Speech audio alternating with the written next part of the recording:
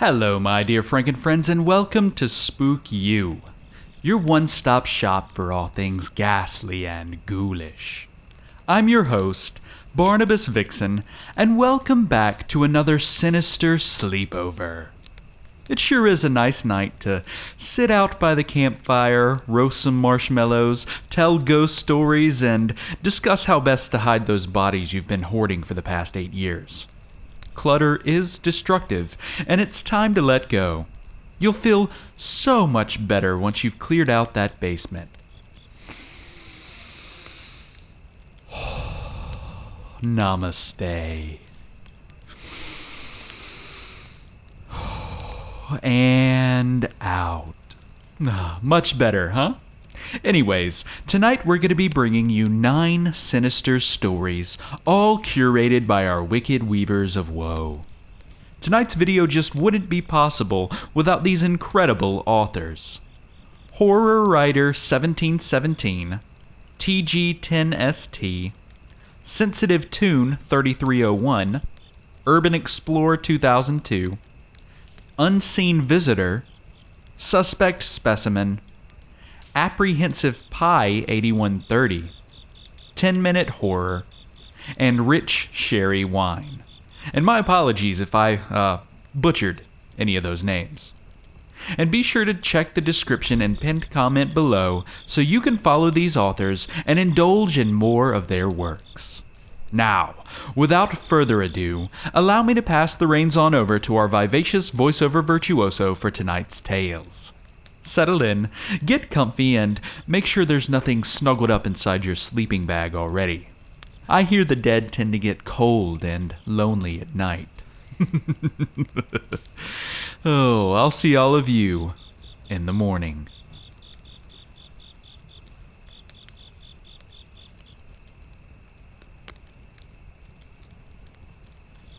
I was 10 at the time it happened, and I was fascinated with insects up until that moment. I used to make little towns out of shoeboxes and scraps of paper and cardboard and put beetles I caught from the backyard in them. I liked digging up worms. I liked watching spiders build webs. I was fascinated by it all. One summer, my parents took my younger brother and me on a road trip to the coast. We stopped and camped at different campgrounds along the way. On the night before we got to the coast, there was a storm that was supposed to be coming in. My dad decided to get us a motel room, but everywhere we went, no vacancy. It got late, and we were contemplating sleeping in the car when we saw the dim lights of the Lighthouse Inn. It was run down and missing half its shutters, but there were a few cars in the parking lot and room windows glowing from within. We only needed a place for the night, so Dad got us a room. Thankfully, the only stains were on the floors, from what we could see, anyway. I shared a bed with my younger brother and fell asleep to the sound of the storm. When I woke up, I couldn't hear anything out of my right ear. I sat up in bed and frantically rubbed it. My mom was the first one to notice the blood. A line of red had come to a thick smearing on my cheek. The trail led up to my right ear. I poked my index finger in, sliding through blood, and felt something lodged in my ear canal. It felt slimy and blocked my finger from going any further. And then it squirmed. A tremor ran through my head, and I went into full panic mode. My whole body was shaking as I tried to scratch and claw out whatever was in my ear. The thing squirmed deeper and began humming. I was screaming, and my dad was holding me down. My mom grabbed tweezers from her purse and was trying to hold my head still so she could pull the thing out, while my little brother, Jesse, was crying in the corner. Each time my mom clipped down on it, it wiggled in further. She'd pull back quickly, but only get tiny pieces of it. I heard my dad say it looked like an insect.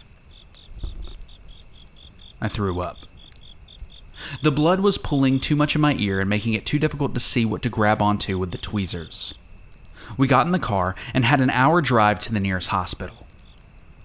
I didn't move the entire ride there. It felt like every time I did, the insect would squirm in further. When we arrived, there was a 2-car accident that most of the staff was attending to, so we had to wait a half an hour to see a doctor. And a lot happened in that half hour. At first, I started getting really thirsty, and I mean completely dehydrated thirsty. No matter how much I drank, it was never enough. We ended up moving and sitting next to the water fountain so I could keep going back. I felt something strange happening along the right side of my face, a hot, tingling feeling under the skin like feverish hives. My cheeks began to puff upward. Then I began to cough. It felt like there was a fire in my sinuses that was stretching down into my throat. The more water I drank, the less it soothed the burning sensation. My right eye began to twitch. The lower corner started to fade color and disappear before slowly moving across my whole eye. Then I felt it extending its fever downward, moving along my upper jaw. My teeth felt brittle, then numb. Then I couldn't feel them at all. I was sweating profusely and reached up to comb my hair back through my fingers, but a chunk of hair came with them. And it came easily. I put my hand up again and found the entire right side of my head had swollen up, and my hair was only hanging on by loose threads and sweat. My mom screamed, and all the while it was humming like a little engine. That was the first 30 minutes. We finally saw a doctor, and he immediately called for us to be transported to another hospital. I was sedated and woke up several hours later. When I did, no one knew I was awake, or maybe they did but didn't think I could hear them. I was surrounded by specialists of all sorts. There was an oncologist taking the lead with it and discussing options with my parents. I listened to everything they said, which I didn't understand then but have had time to wrap my remaining mind around since. They'd run MRIs, CTs, EEGs, and even PETs. They managed to take samples of the insect and process them. And they found an impossible smattering of information. Nothing like it was on record. As I listened, I felt all the muscles in my right arm seizing up like they were turning to stone. The insect had released a toxin that cramped and paralyzed my upper arm and shoulder. The poison was moving into my chest. It felt like I had barbed wire wrapped around my lungs, squeezing tighter and tighter with every breath. My blood had thickened into a gelatinous blob, which halted any kidney function. Something bad was going on with the skin around my ear.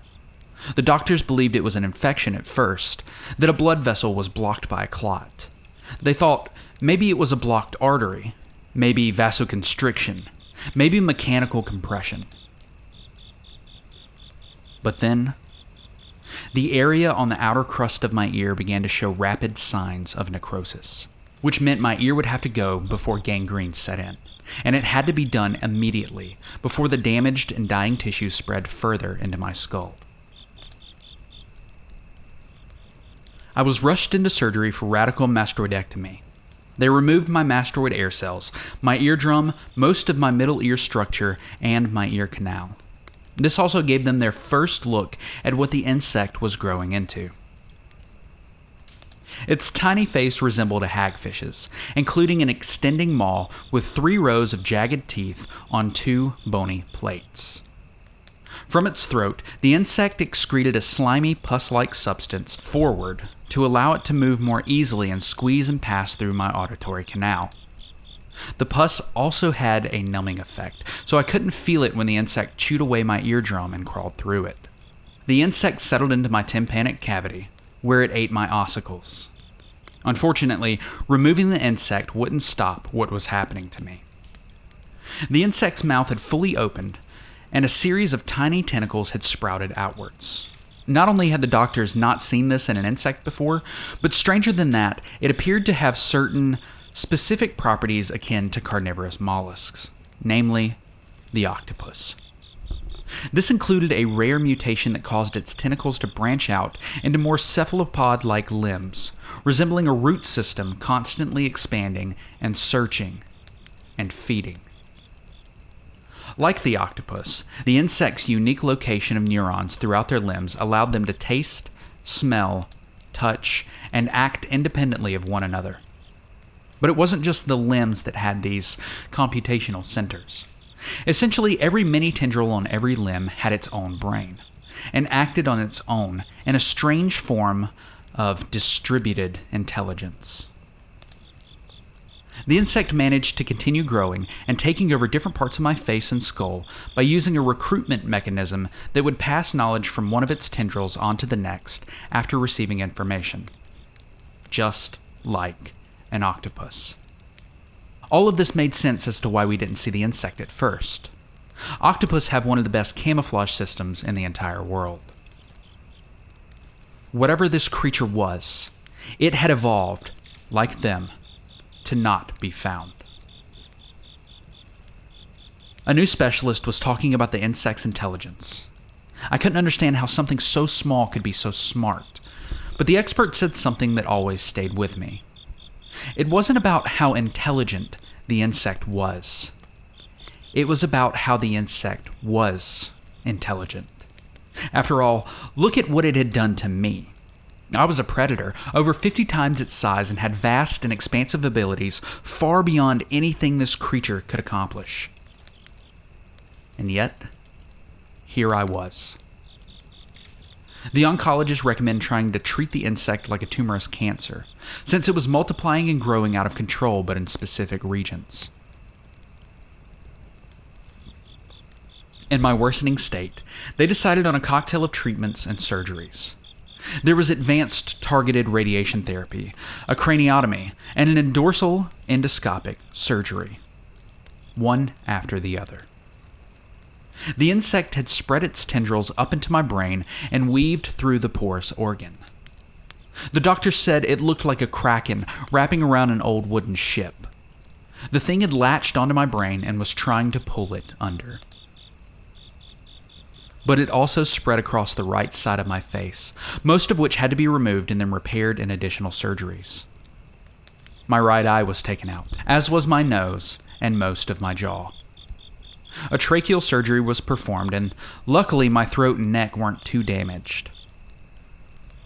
The thoracotomy surgery revealed the insect's tendrils had spread to my heart and lungs, but only minimally. The surgeons managed to remove all of it from my chest, but my shoulder was lost and had to be entirely reconstructed, and the tips of my fingers on my right hand still tingle sometimes. I had over 24 more surgeries in the weeks that followed, but the last half were more cosmetic. I'll be the first person to say, they were necessary. I didn't even look human. I heard the motel was put under quarantine, but no other specimens were found inside. Although, behind the motel a few hundred yards, there was a rocky beach. And on that beach, there was a massive, dead whale that had been picked apart by all manner of deep-sea creatures. The CDC was called in to contain and study. But I never found out anything more about that, though. Anyway, I sleep with an earplug in now.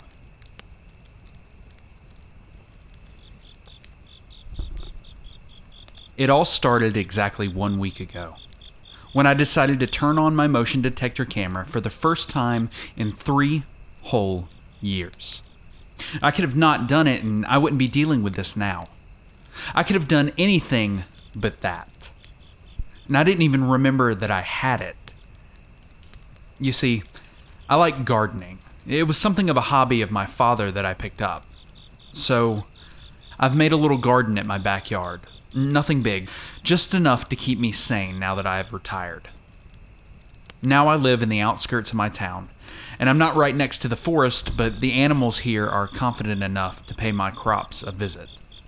So I bought a motion detection camera to snap photos whenever something is near, and the sudden flash being enough to deter any would-be intruder. The reason I stopped using it is because I got a big dog. His name is Sam, a beautiful and loyal Labrador retriever.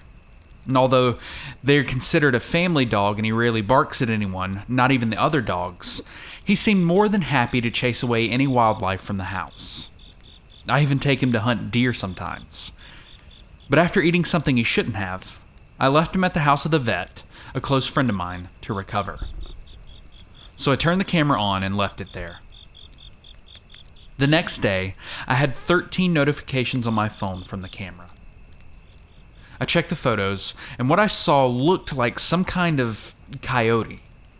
The only problem is that the coyote don't usually come out of the forest, and it also looked kind of big. It was circling the garden for some time, it seemed. I ignored it, thinking it wasn't important. I continued on with my day and forgot all about it. Until the next day came, and I checked my phone, and I had about 30 photos of that thing digging up dirt. The photos were distorted, like it was moving very fast. And when I got outside, I saw my garden destroyed. Everything was dug up. The hole was about 1 whole meter deep. And that is when I made my first mistake.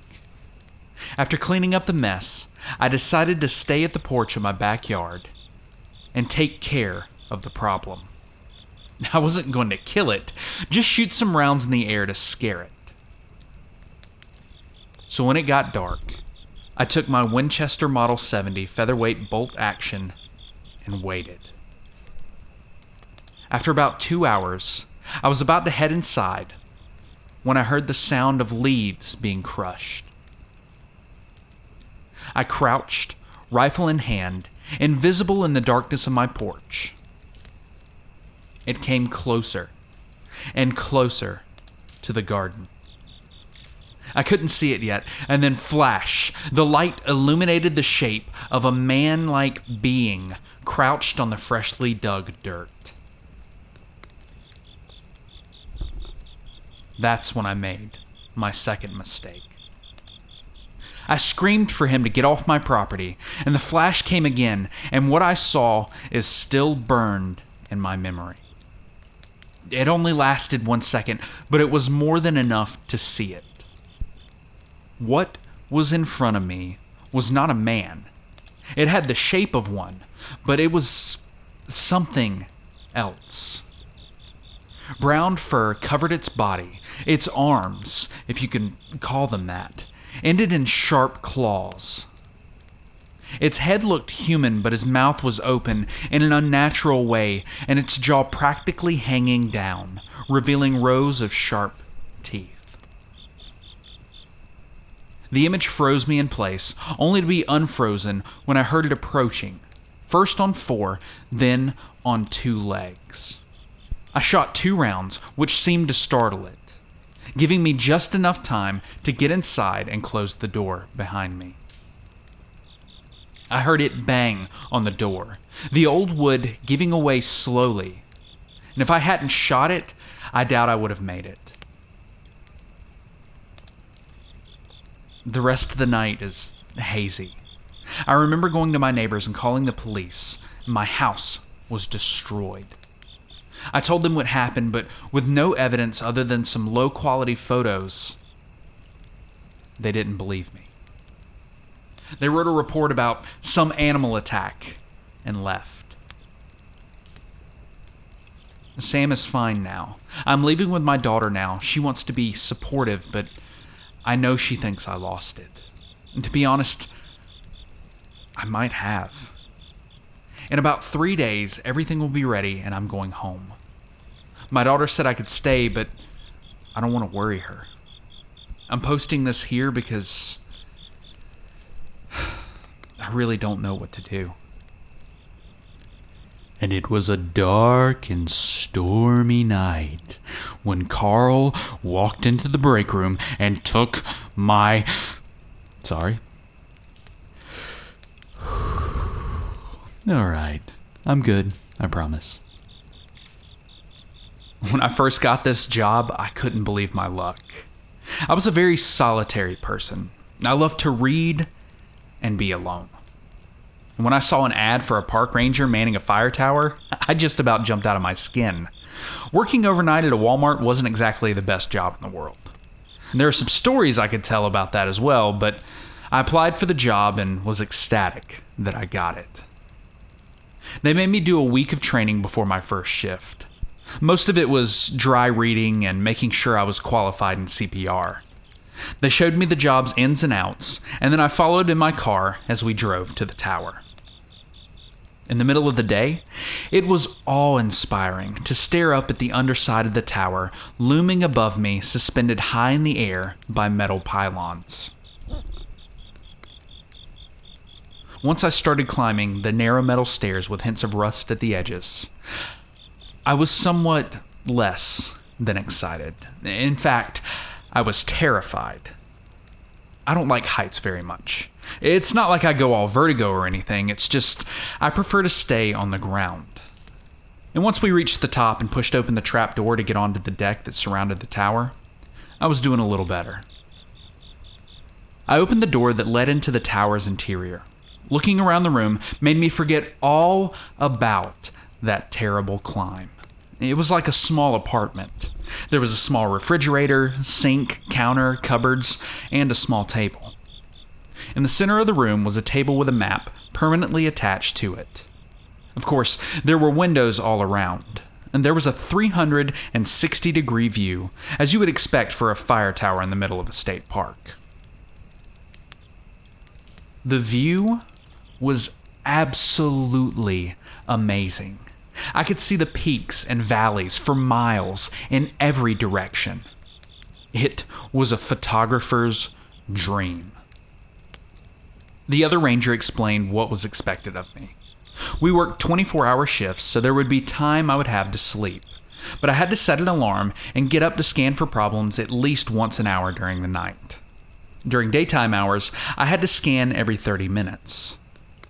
There was a radio to report any trouble and a phone in case I needed to call the fire department.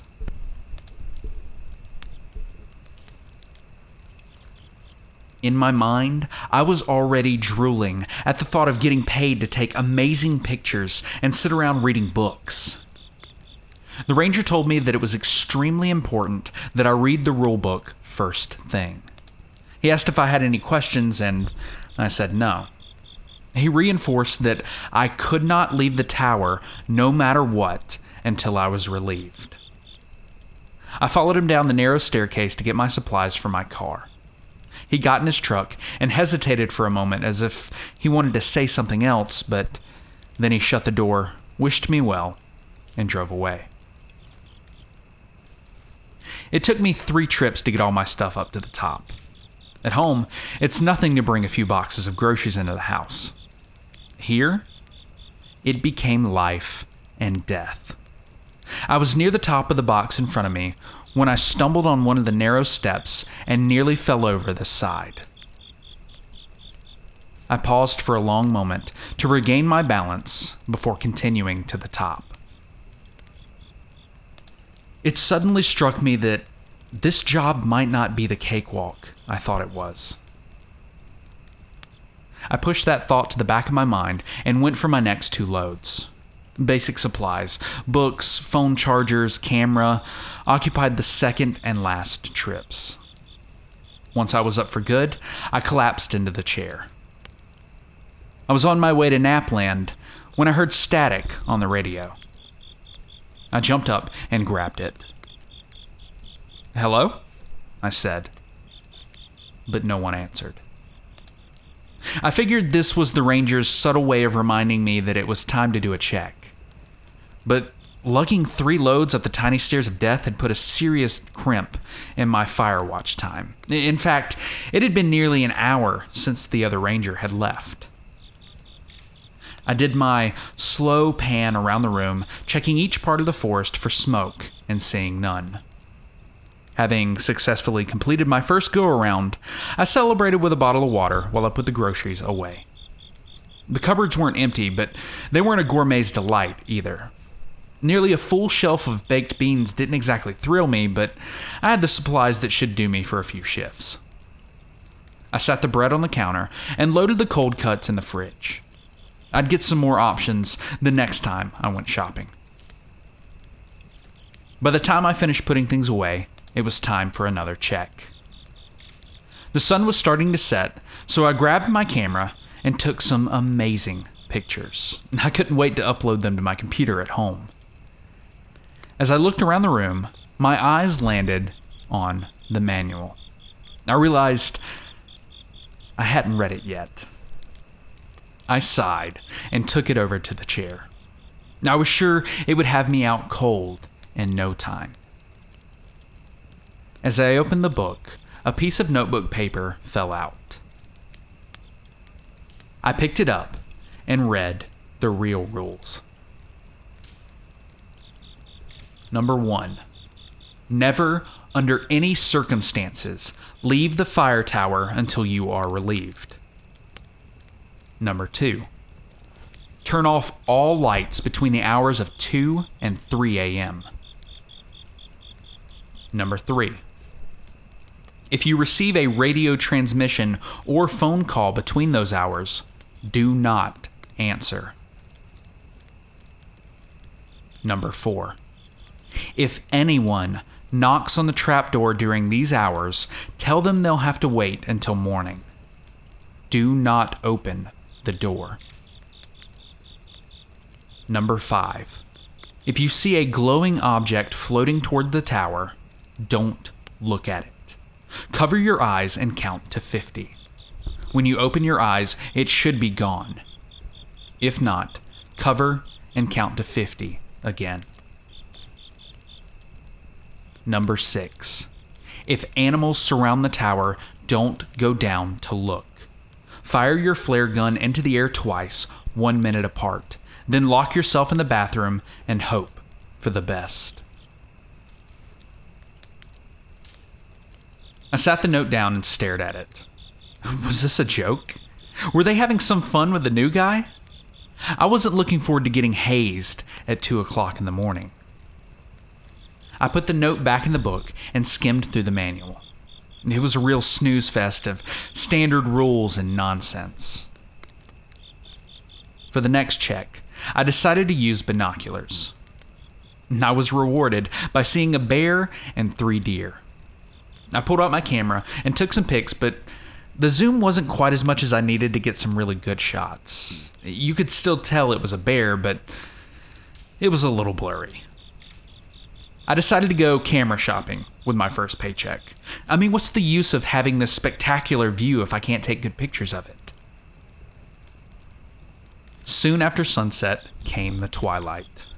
The sky lit up a brilliant orange. I took some more pictures and did my scan. And I was just about to go back inside when I noticed a thin wisp of smoke in the distance. I grabbed my binoculars and tried to get a better view, but there were too many trees in the way. I pulled out my compass and got a general direction, then grabbed the radio and called the ranger on duty. I told him I had a fire and gave him the direction and general distance. He acknowledged and said he would check it out. I stayed glued to my binoculars, waiting to see the smoke lessen. Minutes seemed to each take an eternity as the smoke continued to rise. Nearly a half hour later, the radio came to life. "Hey, rookie," the ranger said. "Did you find it? Did you put it out? I still see the smoke. Did I tell you the wrong place?" I said into the radio all in one breath. "Whoa there," he said. "Everything's fine. It was just a campfire." "A what?" "A campfire," he said. "Nothing to worry about." "A campfire," I repeated in a daze. "Yeah, you'll want to see more smoke, and it should be a lot thicker and darker before you call it in." I stood in silence. My face beat red with embarrassment. "Oh, cheer up," the ranger said into the silence. "At least you didn't call the fire department." I looked over at the phone, knowing I was mere minutes from doing that very thing. "Yeah, thanks," I said. "Sorry about that." "Don't worry, kid," he said. "At least you erred on the side of caution instead of letting the forest burn down." I put my face in my palm and shook my head. So much for a good first impression. Twilight had faded, leaving a few last vestiges of light as the clouds transformed from dirty gray to black. And I began to realize just how alone I was out here when the canopy of the night fully fell. Doing my checks from inside was nearly impossible. I had lights on, and every window I looked out of became a mirror of me looking back in at myself. Alone in a wooden box suspended 100 feet above the ground made it that much creepier. I stepped out onto the deck in the cool evening air. The total darkness was oppressive. I couldn't see anything. And how was I supposed to see smoke? I did a slow walk around the deck, looking out blindly at the trees. As my eyes adjusted, I was able to make out some shapes of the mountains and even the soft glow in the distance of the nearest town. That was small comfort to know that things still existed out in the world, and I hadn't been plunged into this cover of darkness. I finished my check and stepped back inside. After being out in the darkness, it was way too bright. I turned off the main overhead light and the light over the entrance. The room settled into a comfortable glow with enough light to see, but not blind. In fact, it was a little too cozy. I felt a nap coming on. I laid down on the surprisingly comfortable cot and closed my eyes. I woke sometime later to static sounding on the radio. I reached for the radio to answer it, but something in the back of my mind told me not to. I looked at my watch, and it said 2:12 a.m. I froze. Looking around the lit room, I thought about the strange rules I had read earlier. I reached up and turned off the light, plunging the room into darkness.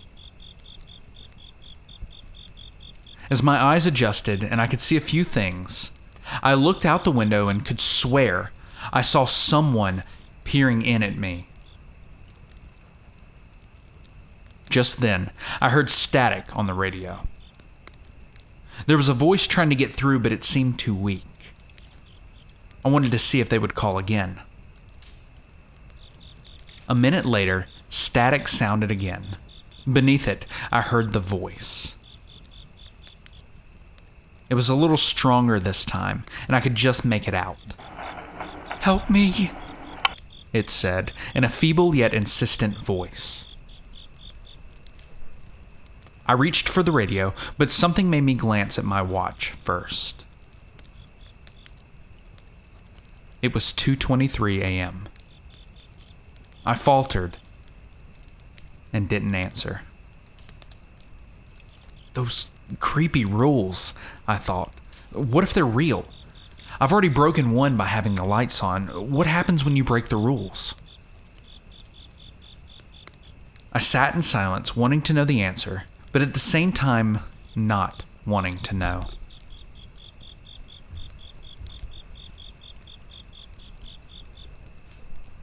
The radio call came through much more clearly this time. "Help me! Can't anyone hear me? I need help!" The voice sounded desperate.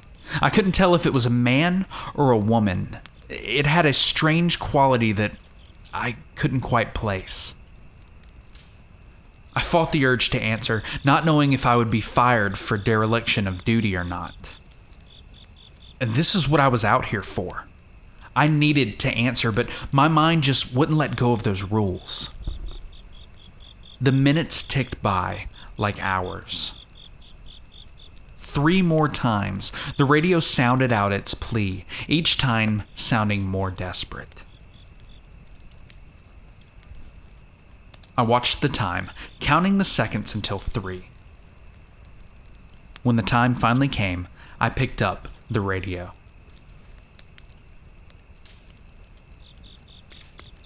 "Whoever was calling for help, please state your position so I can relay help to you," I said. "Who is this?" came the answer on the radio. "This is a park ranger manning a fire tower." "Well, park ranger, I've been on this channel all night and yours is the first voice I've heard."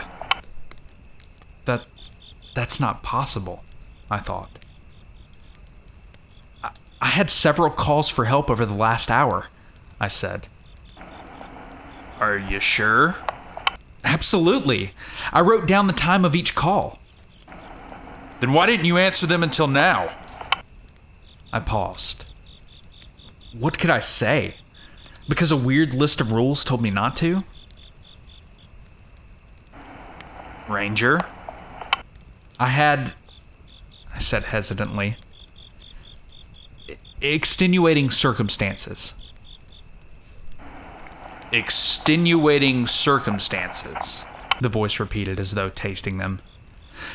"And what circumstances would those be?" Whoever this was, they weren't going to let it go. I'm not at liberty to say. "You mean like falling asleep and breaking the rules?" the voice said, sounding deeper, raspier, and more menacing. I froze. I hadn't turned the lights on yet, leaving the room in eerie darkness that left me feeling very exposed. I slowly panned around, looking out the windows and remembering the earlier feeling of being watched. "You can look all you want, but you won't see me," the voice said. "It's after 3, I said, hoping the terror I felt wasn't evident in my voice. "You have no power over me." The voice chuckled. It wasn't a pleasant sound. "Normally you would be correct. However, you broke the rules." "What if I didn't know about the rules?" I said, grasping at straws. "Nice try, but you knew that you should be safe after 3. Damn it, I thought. It picked up on that. "So what do you want?" I said, fearing the answer. "We're hungry," the voice said, only now it sounded like many voices speaking at once. "Come down and let us feed." My legs turned to rubber as I stumbled over the door and stepped out onto the deck. The moon was rising half full, casting light into the darkness. I looked down and saw over a dozen large animals surrounding the tower in a circle, and each one of them was looking up at me. I dove back inside and locked the door. I frantically searched for the flashlight, and once I found it, I picked up the phone to call the ranger station. There was no dial tone. I hung up and tried again, but still, nothing. I pulled out my cell phone, but there was no signal. I paused to clear my head. Okay, I thought. You're freaked out right now, but what's actually happened? A weirdo on the radio, some animals around the tower. This list is making you paranoid. Just then, I looked outside and there was a light off in the distance that looked like an airplane. The problem was, it was heading straight toward me. It was mesmerizing. I found myself staring into the rapidly approaching glow until I realized it was going to ram into the tower. I found the best cover I could find on the opposite side of the room and surrounded myself with as much furniture as possible. Being that the furnishings were sparse, that meant I dragged the chair over in front of me.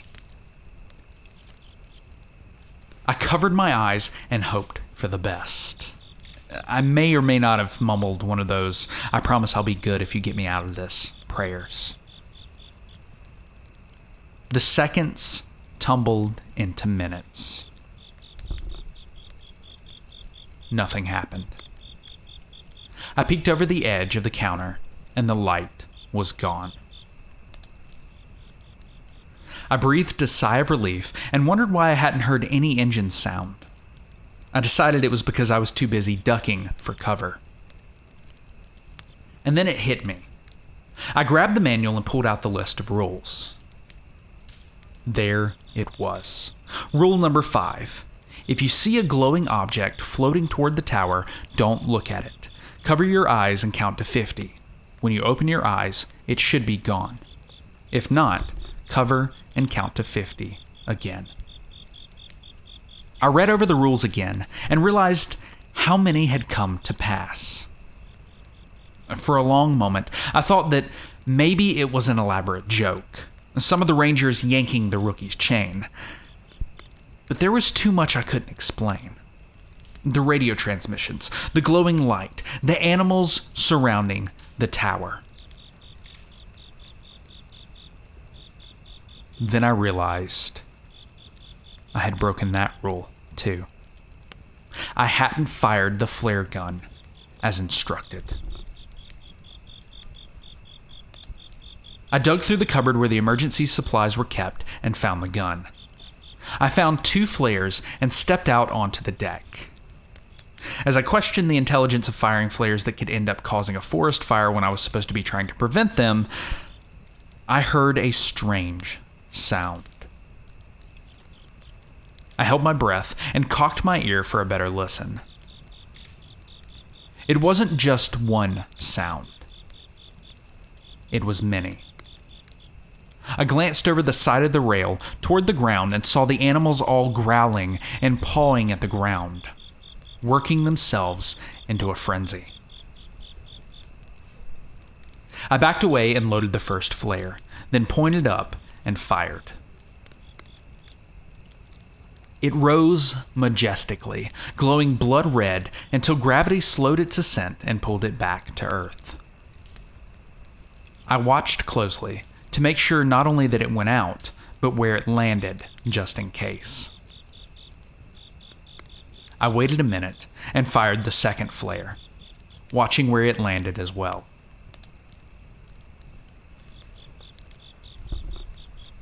I stepped back inside and hid in the bathroom as instructed. I knew in my heart that I was safe from the animals as long as I didn't go down the steps. The radio sounded off, scaring me nearly half to death. Fire tower number 5? The voice said. I've seen your flares. I'm on my way. Are you physically injured? No, not at the moment, I said. I'll explain when you get here. Roger that. En route. I tried to calm my nerves by thinking about what job I would apply for next, and how unfortunate it was that this one didn't work out. I thought about what I was going to tell the ranger when he got here. I couldn't tell him the truth, but what else could I say? There were some animals at the bottom of the tower that scared me. I honestly considered calling him back and telling him not to come when I felt heavy footsteps on the bottom stairs of the fire tower. I must have been daydreaming and let time slip by. I stepped out of the bathroom and went to the trap door. "Are you here already?" I said into the radio as I reached down to unlatch the trap door. That was fast. What are you talking about? Came the clear answer over the radio. I'm not there yet. I paused as I felt the footsteps come closer to the top. "Where are you?"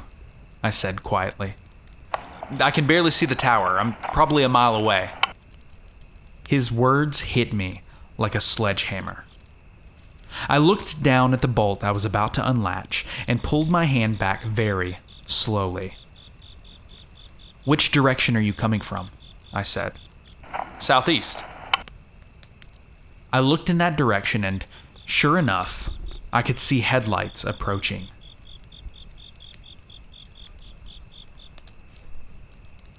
The radio sounded again, but with a slightly different voice. "Tower, ignore that last transmission," it said. "I'm already here. Let me in. Please."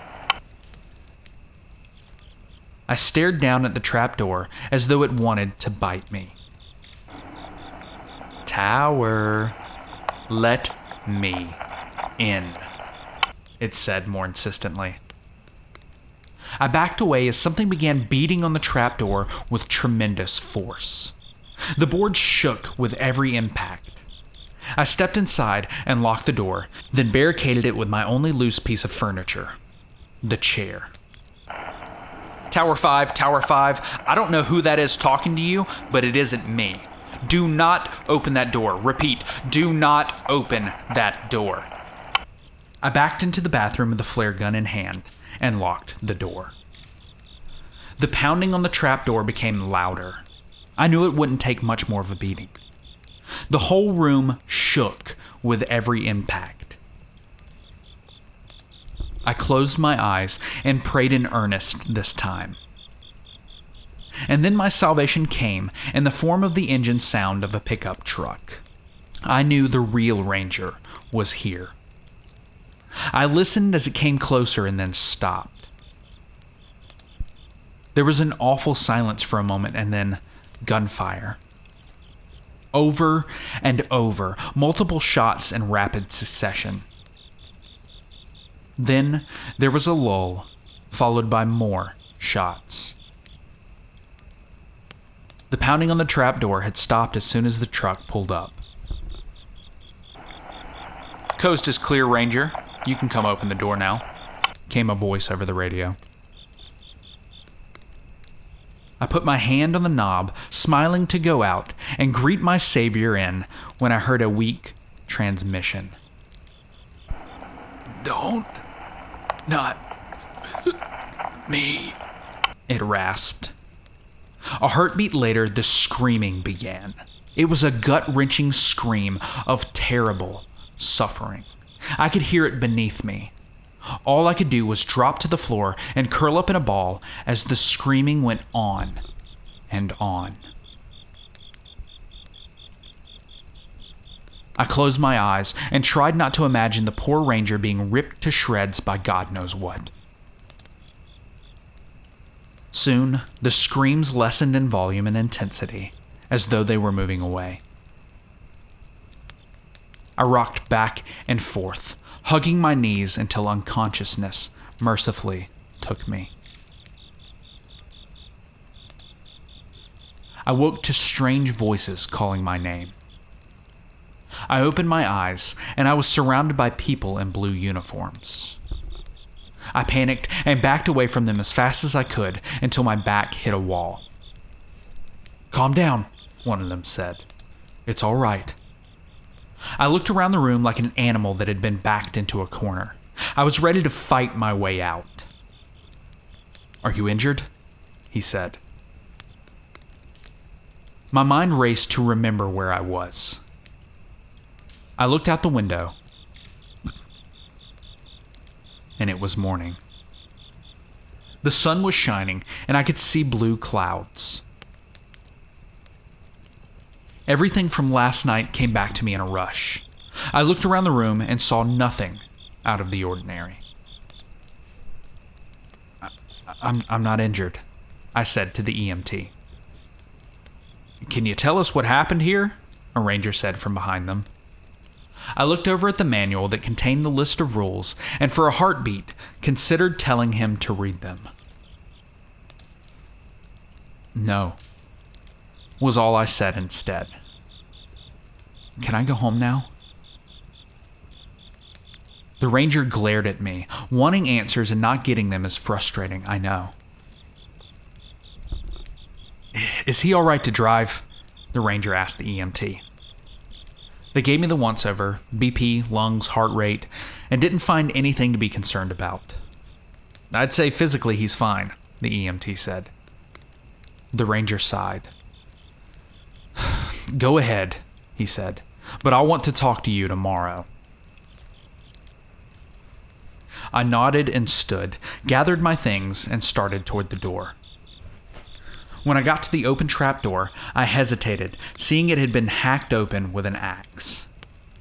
I took a tentative first step, then another. Surviving a night as I had, only to fall down several flights of stairs would be quite ironic.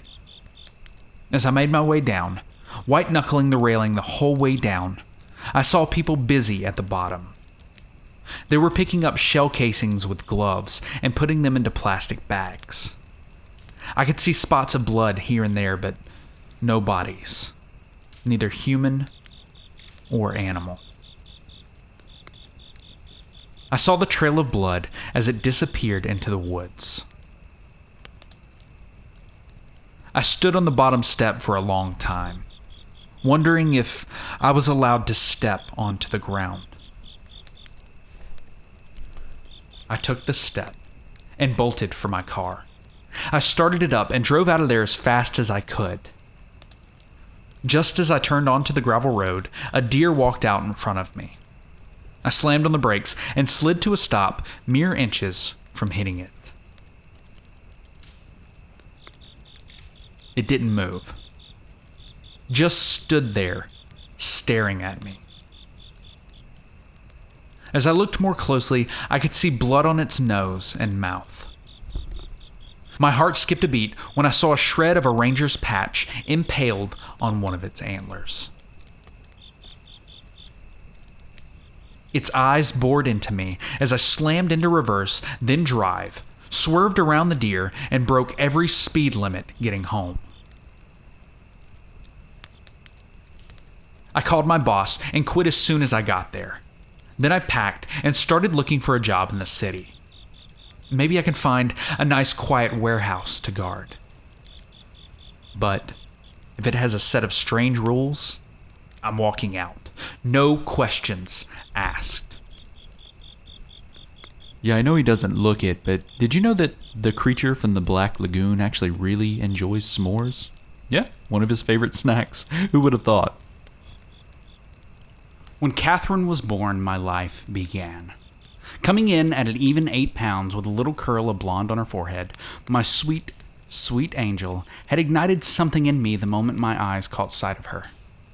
She was perfect, beautiful and pure. I swore as I held her in my arms, someone or something from above told me that this was my moment to turn my life around. I had a drug addiction, mainly cocaine, but I wasn't shy from an assortment of other substances, yet that day I promised both her and myself that I would never touch a single drug again. And I had kept that promise. Catherine's mother, however, couldn't say the same. She couldn't wait to get back out to the closest crack den she could find and shoot up. After a tough fight with CPS, proving to some hard-ass judge that this girl was everything I needed in my life, I won sole custody of her. I was elated. Our life wouldn't be perfect, but I would make it everything I could for her.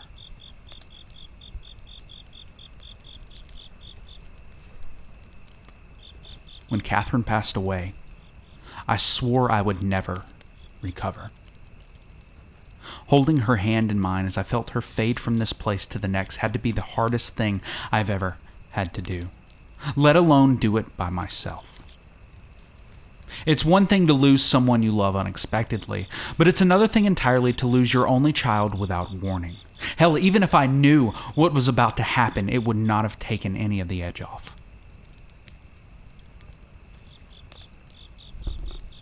She was sleeping at her friend Sabrina's house. It was late, like 11:30 at night. I was asleep when my cell started going off. I always had it on and turned it to max volume when she was out for the night, because she had a bad case of night terrors and often didn't last the whole night at her friend's house. I was so thankful she had a good group of friends, though.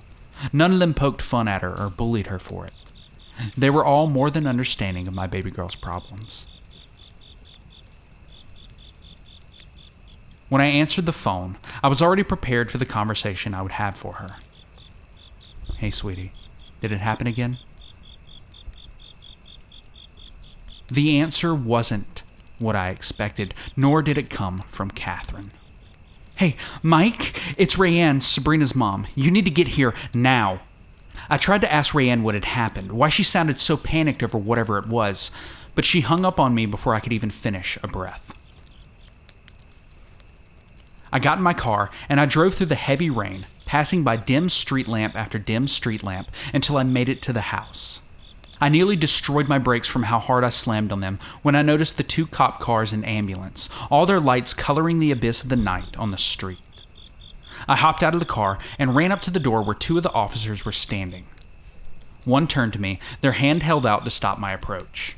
"My daughter's in there. What's going on?" I stammered through the heavy downpour. At this, the second officer also turned to me. "Sir, are you the father of Catherine Sutton?" This all seemed so weird, like a feverish dream. "Yes, why? What's wrong with my daughter?" The next 2 hours are a barely lucid play-by-play of events where my body and soul had become too detached from each other. I sat there on Rayanne's couch, her on one side of me holding Sabrina, and in my hands I held her favorite teddy bear. A simple, brown bear I had bought her as an infant from some convenience store when picking up diapers. She had taken it everywhere with her. It was so worn down and torn and coming undone at the seams. I saw my reflection in that bear. The police asked the standard questions: what Catherine looked like, how old she was, general weight and height. Had she ever run off before? I can't remember answering a single question, but I remember them writing in their notepads, so I must have given them something of a response enough times before they asked me to come with them to the police station, as they put together a search team to look around the general area. As we rode underneath the streetlights, I clenched that bear in my hand so tight, and though the abyss out of my window began to creep into the back of my mind, I held firmly to the knowledge that very soon I would find my baby girl. She would be safe, and we would get through whatever happened. Together. I hadn't once let any of that darkness creep to the forefront of my mind. The police put their team together, and we looked through every alley, back road, and gutter we could think of, and found nothing. The plan was when the sun began to rise, we would meet at the woods just outside of town and comb them. She had to be somewhere. Finally, we met at the clearing just before the trees. It was me and 8 other officers, 4 of whom hadn't been at Rayanne's. I can't explain it, but there was something about when I entered the forest that just told me I was about to see my Catherine again. And after 20 minutes of looking around, I was right. Yet I wish even to this day that I was wrong. I don't know how or when, but at some point I had lost the trail of the police and had found myself on my own in silence, albeit the rain pouring hard on the foliage around me, with nothing to guide me forward except for the slow rising sun. The bush had gotten thicker and heavier. More thorns scraped at my legs and arms as I pushed on until I had finally come to another clearing. I was not alone anymore. In front of me were 3 things, all of which I took in at once, and yet somehow could not piece together, even now as I think back on it. There was a broken tree stump, splintered and jagged in the very center of this clearing. The rest of the tree was only a few feet from it. It looked as if some force had snapped the tree from its base. Standing behind the stump was a figure that, thanks to the small amount of sunlight, I could tell was inhumanly tall. It was very bony, naked, and lanky. Its neck alone seemed to be 2 feet long. Its fingers, things that looked like broken needles, were holding on to the thing in front of it. The thing impaled by the tree base. It was completely hairless, yet it looked so inhumanly human. When you were young, did your parents ever read you the story about the crooked man who lived in the crooked house? If so, that's what this thing looked like to me, but on a much more grotesque level. The thing it was devouring, I looked down on it finally, and my mind tried so hard to lie to me about what I was looking at. But nothing could stop me from accepting what I had seen.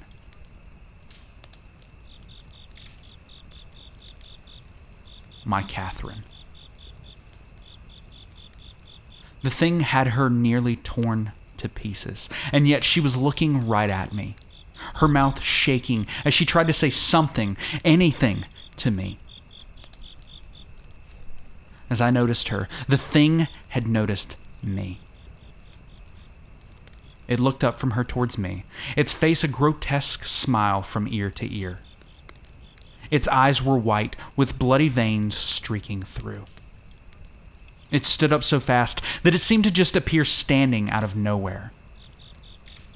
Without warning, or notion, or even reason, it turned and began to run through the trees, its hands held up to the sky like a child running from a playful pursuer.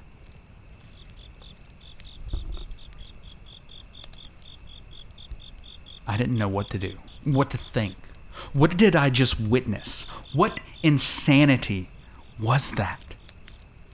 I threw those thoughts aside and I ran to Catherine, falling to my knees before I cradled her head and stroked the hair from her face. She looked up at me with pure shock and terror in her eyes, and I held back my tears as I told her it's okay. I told her to go to sleep. I told her I loved her. I told her I loved her so fucking much. I said I was sorry. I couldn't protect her like I had promised her I would. I kissed her forehead again and again and fucking again, praying to God above that I would wake up and it would be sunny and I would drive to pick her up and this fucking nightmare would fade into my memory.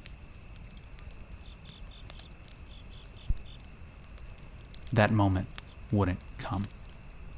I don't know when she faded. I just know she was gone by the time the police had found us. I didn't tell them what I saw. How could I? And why should I? They wouldn't believe me that some 8-foot-tall, gangly man of a monster fucking ate her.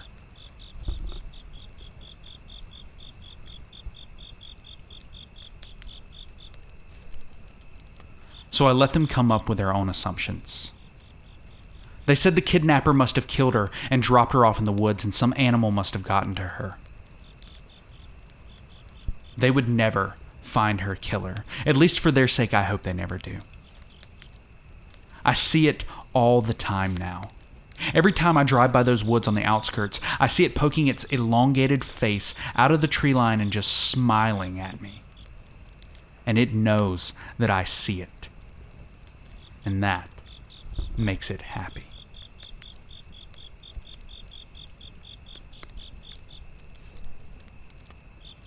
Hey, I'm not entirely sure where I should share this, but my friends and I found something weird while exploring, and I'm pretty freaked out. My two best friends and I, whom I'll refer to as B and D, often go out and explore downtown Los Angeles when we've had a couple of drinks and need to cool off before heading home. Usually, we go into high-rise hotels and take pictures on the rooftops with the skyline before leaving. We never cause issues. We're always respectful, and we're always in and out within a few minutes. We've done this probably 6 or 7 times over the last couple of years and have never run into any problems. It was about 11:30 last Friday, the 19th, and we were out having fun exploring the city. We had a few beers and a blunt and stopped into the Omni to get some pictures from the roof. We were underwhelmed by the view, so we headed back down to the street to find a new hotel. We walked a few blocks before coming across a hotel that was a few stories taller than the Omni that had no discernibly advertised name or label. The valet greeted us, we walked through the door, and into the lobby. Now, We usually have no issue blending in at these places because we're casually but respectfully dressed college kids. We're always very confident, and even though we're not supposed to be there, we're usually the only ones that know that. We immediately stood out here. And there were maybe 15 people in the lobby, 2 distinct employees. A very small minority of the patrons were not wearing suits, and among them, we were the only ones not in dress shoes and slacks. Many people stopped their conversations to stare at us. We did the white person smile nod combo, and a few people smiled back, but most of them just kept staring. We felt the vibe and hurried through the lobby to the elevator. We hailed the elevator, and B tried to signal no to D and I, but we just told him to be cool. The doors opened, and a well-dressed couple came out. We let them pass, and the man smiled and slurred, "Thanks, gentlemen." The woman didn't acknowledge us at all, nor did she look like she wanted to be there. We push the button on the 25th floor, and the elevator rumbles into ascent. B says, "Guys, I really don't think we should be here." D and I assure him we'll be fine, and we'll just quickly get one picture from the roof. After we say that, the 10th floor light comes on, and the elevator lurches to a stop. We hear 2 voices from the other side, but when the door opens, there's only a single employee holding a radio. He asks if we're going up. I say 18, trying to play it off as if we're residents, and D covertly hits the corresponding floor button. The man says, "Perfect," and shuffles into the elevator with us before muting his radio. For the sake of keeping up appearances, I start bullshitting about a workday I didn't have with D and B, as if we were mid-conversation and they follow along. The elevator stops at 18, and we get out. We rounded the corner to go down the hallway, and another employee was waiting at the end. We casually walked down the hallway, and the elevator guy was following about 10 feet behind, checking the doors as he passed them. About halfway through the hall, I stopped and said, "Fuck, D, I think I left our room key in your car." My friends made fun of me for something I didn't do, before agreeing to go back down to the car with me to get it. We turned around, and as we passed the elevator guy, I politely smiled and waved at him. He just stared blankly through me, like he was looking into the void. We get to the elevator, and it comes back down from the 25th floor we sent it to without us. As we're getting into the elevator, I could hear the 2 employees quietly saying something around the corner, but I couldn't make out what. The doors close, and the elevator lulls into its descent. We briefly agree how fucking freaky that was, and B says, "I tried to tell you guys," before the 10th floor light comes on again. We all exchange a look of worry, and after a few dings, the elevator violently stops at the 10th floor. The door opens, and we're greeted by a smiling employee who asks if we're going up. We all say no, and he says, "No problem, I'll get the next one." The doors close, and he never once stops staring at us or smiling. Creepy motherfucker. The elevator once again begins its descent, and we start making small talk about how weird the place is. B made a funny Twilight Zone joke, and we all laugh for a moment. After a few sentences, though, we all grow silent, anticipating the doors to open again. But they don't. When I notice how long it's been, I start counting the dings in my head. I got to 8 before D says what I imagine we're all thinking. Dude, this has been way more than 10 floors. We start to freak out a bit. B suggests we call the cops, but immediately realizes how much trouble we could get into once reality steps in. Only one of us is 21. He drove us here. We'll be driving us back. All 3 of us are intoxicated on both alcohol and weed. And if we can't lie well enough, we're also trespassing. We withhold our instinct to call for help and just sit there in a silent panic for a few more minutes. I don't know how many floors we allegedly pass. I lost count after 30 dings, and there are about 8 to 10 seconds between each ding. D starts to say how he's starting to seriously freak out, but shuts up when all 3 of us clearly feel the elevator violently lurch to a halt. We look at each other. I've never seen 2 people so scared in my life, and I can only imagine what I look like. We look back to the opening doors of the elevator, and on the other side is a colossal empty concrete room. It looks like a parking structure, but there are large wooden crates all over the place, like the ones in Half-Life. The ground is covered with candy wrappers, chip and jerky bags, cigarette butts, soda bottles, and scattered empty nips of liquor. It smells horrible, like a meat freezer that's been without power for a few weeks. I pull out my phone and turn on the flashlight, but the room is too large to see further than a few feet. Before the doors can shut again, a large clash echoes through the room and scares the fuck out of us. If you've ever worked in construction, it sounded like when someone drops a trench plate or a large sheet of heavy metal on the ground. We huddle against the corner of the elevator and keep dead quiet. We hear shuffling and footsteps right outside the elevator. Sounds like it's just a few feet away. After what feels like minutes, the doors finally close and the three of us simultaneously exclaim sighs of relief. After the elevator lulls back into action, I thankfully have the wherewithal to start a timer on my phone, but we were in such a hurry to leave the hotel that I forgot to stop it. Last I checked, it hit 2 minutes before the elevator finally stops and opens upon the lobby. We wasted no time and booked it for the front door. The lobby was completely empty. We left the hotel and made our way for Dee's car a few blocks away. He ended up getting a parking ticket, but we were so shaken up that he didn't even care.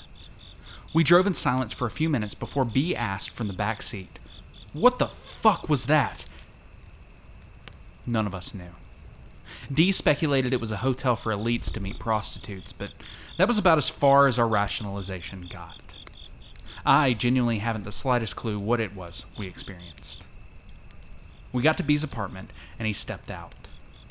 We said goodnight, and before leaving, he told us not to mention this over the phone or online. We figured it was mostly just him being paranoid, but agreed for the sake of keeping him comfortable. Not to say we weren't pretty freaked out ourselves. We stuck around to make sure he got up safely before heading off to my place and pulling into the parking lot. I got out and told Dee to text me when he got home. I went upstairs to my suite and waved down to Dee as I entered, who drove off.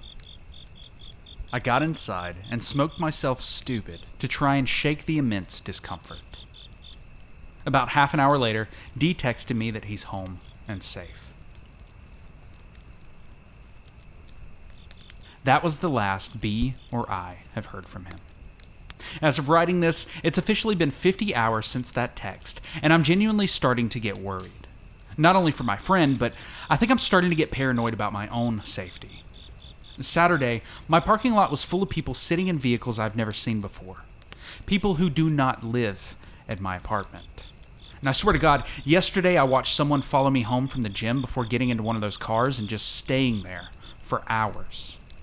I kept peeking through my blinds and saw him sitting in there. I've gotten 9 phone calls from private numbers since then. I have no idea if any of these events are connected or if I'm just being paranoid. I'm afraid to leave my apartment. I'm afraid to use my phone. This is the first time, to my knowledge, any of the three of us has broken our agreement not to speak of this online or over the phone. I just can't shake the feeling something bad is about to happen. Even the past couple of texts from B have been weird, telling me we'll meet up and talk soon and to stay quiet before asking me what time I get off from the job he knows I got laid off from a week ago. It's 4 a.m. now, and about 2 hours ago, there were 2 quiet knocks at my front door, about a minute apart. I was too afraid to answer. Am I just being paranoid? Should I talk to somebody about this? I really don't know what to do or if my fear is rational. I'm usually not the paranoid type. I just don't know what to do. Please, help me. Hey, do you think that guy from the park ranger story can see us right now? Can see this campfire? You think if we can make like I don't know, like smoke signals or something and talk to him? When I was a kid, we had a big, beautiful garden out back. It was across the creek, accessible only by a narrow footbridge going over the most shallow part of the water. An oak tree on the bank housed a swinging rope, complete with a circular piece of wood for a seat. 4 hogs lived in a large pen directly across from the spot in the garden where the strawberries grew. The strawberries were my dad's pride and joy.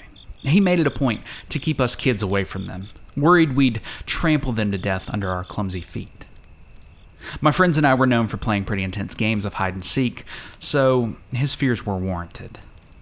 Mom didn't like strawberries, so she couldn't care less about them herself. She aided Dad in his quest to keep me away from his favorite spot in the garden, but she didn't hold nearly the amount of passion he did. I guess I didn't care too much about the strawberries either. I generally didn't keep my attention on one thing long enough to become attached to it. Most of my great ideas were fleeting at best, leaving me surrounded by half-built Lego castles and unfinished finger paintings growing up. Despite not being as invested in the strawberries as my father, I still didn't like it when my parents reminded me that I was forbidden to go near them. Typically, I listened to my parents when I was a kid. My dad was a hardworking man, and my mom constantly reminded me that he was tired when he came home from work. This meant I needed to be on my best behavior. No talking back, no running around the house, get all of my pent-up energy out before the clock strikes 5. The few times I opted to ignore her advice, it landed me in hot water with Dad, usually ending with a pop on the mouth and go to your room. As I got older, I developed a rebellious streak, presumably the same one my mom had as a kid, the one I've overheard her whispering to her sister about. I started acting out more, but after getting a few unpleasant whoopings from Dad, I tried to be smart about it. Sneaking out after they went to sleep was the easiest way to scratch the itch without getting caught. I would climb out the window in my room, using the steps coming down from the back deck to get into the yard. It was no problem hoisting myself back in with the help of the railing, so once I was out, I was in the clear. Most nights, I would walk down to Dylan's house and knock on his window, signaling him to come out and smoke up. Sometimes we'd gather the rest of the gang, but 9 times out of 10, it was just the 2 of us. One day in early June, when the strawberries were at their peak, shit hit the fan. I was about 15 by then, and I'd taken a liking to photography. I'd gotten a nice digital camera for my birthday at the end of May, and I was eager to use it every chance I could. My interest in this particular hobby would be the only one to stick longer than a few weeks in my teenage life, extending long into my years as an adult. With the excitement of having a new interest pulsing through my veins, I saw the bright red bulbs from across the street and got the idea like a lightning bolt to the brain. I had to photograph those strawberries. I had to do it from inside the patch. I ran to my mother with my idea, hoping my unbridled enthusiasm would change her mind on my banishment from the fruit patch.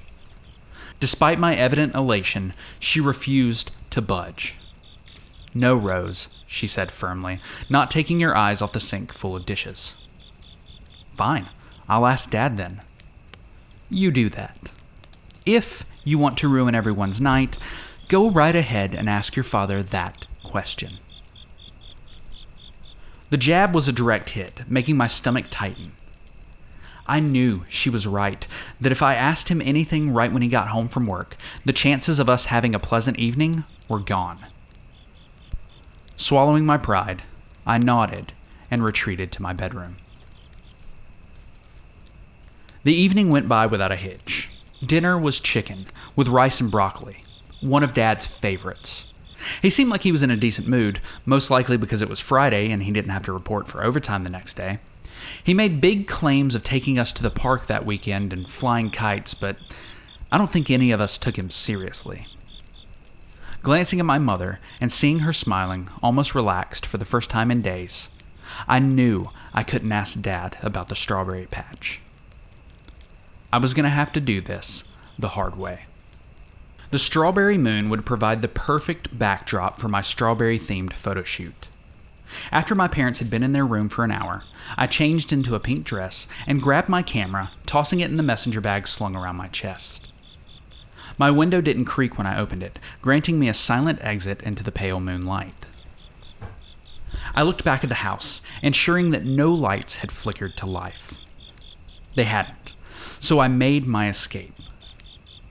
My shoes crunched the dry grass as I shuffled down the hill, reaching the bridge in seconds.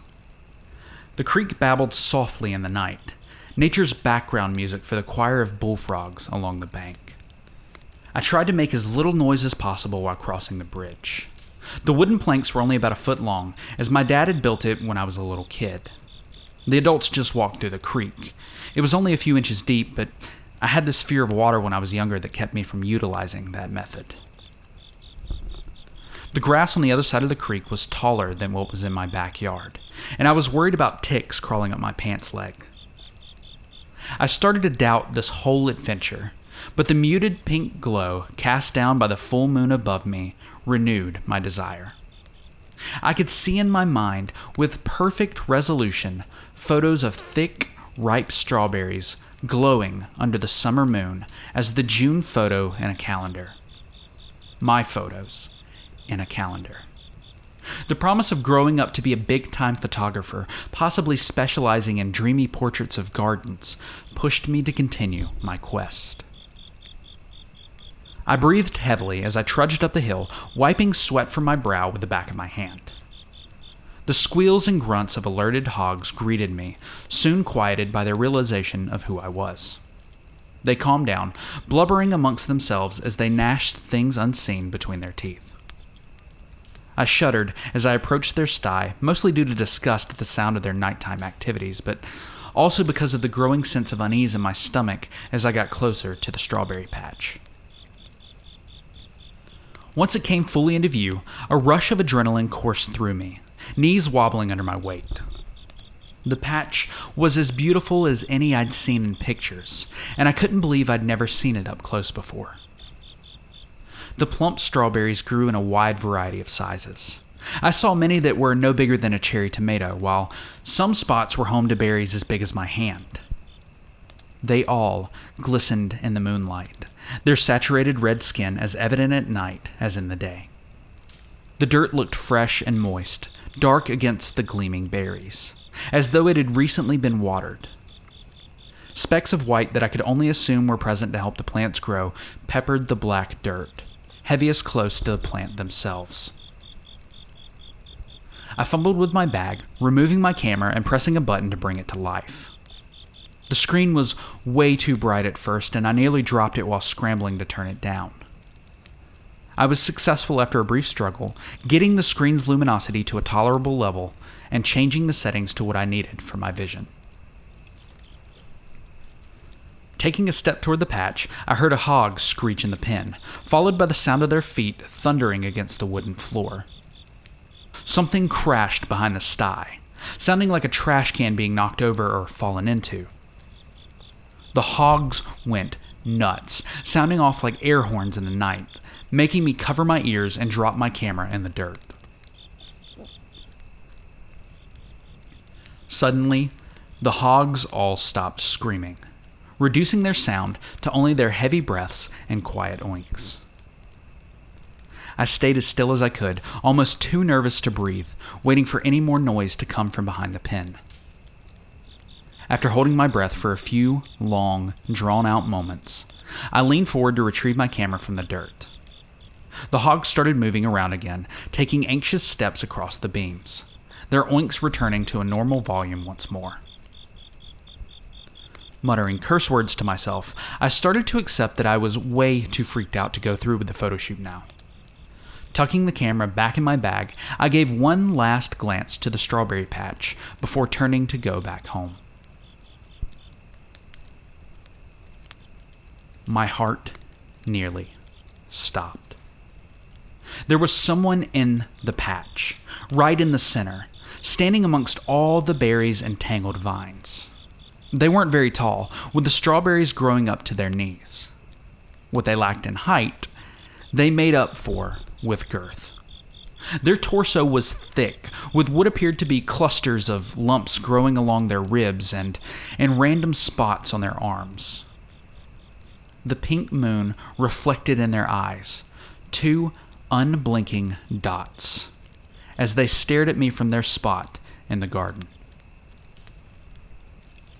I froze, breath in my throat.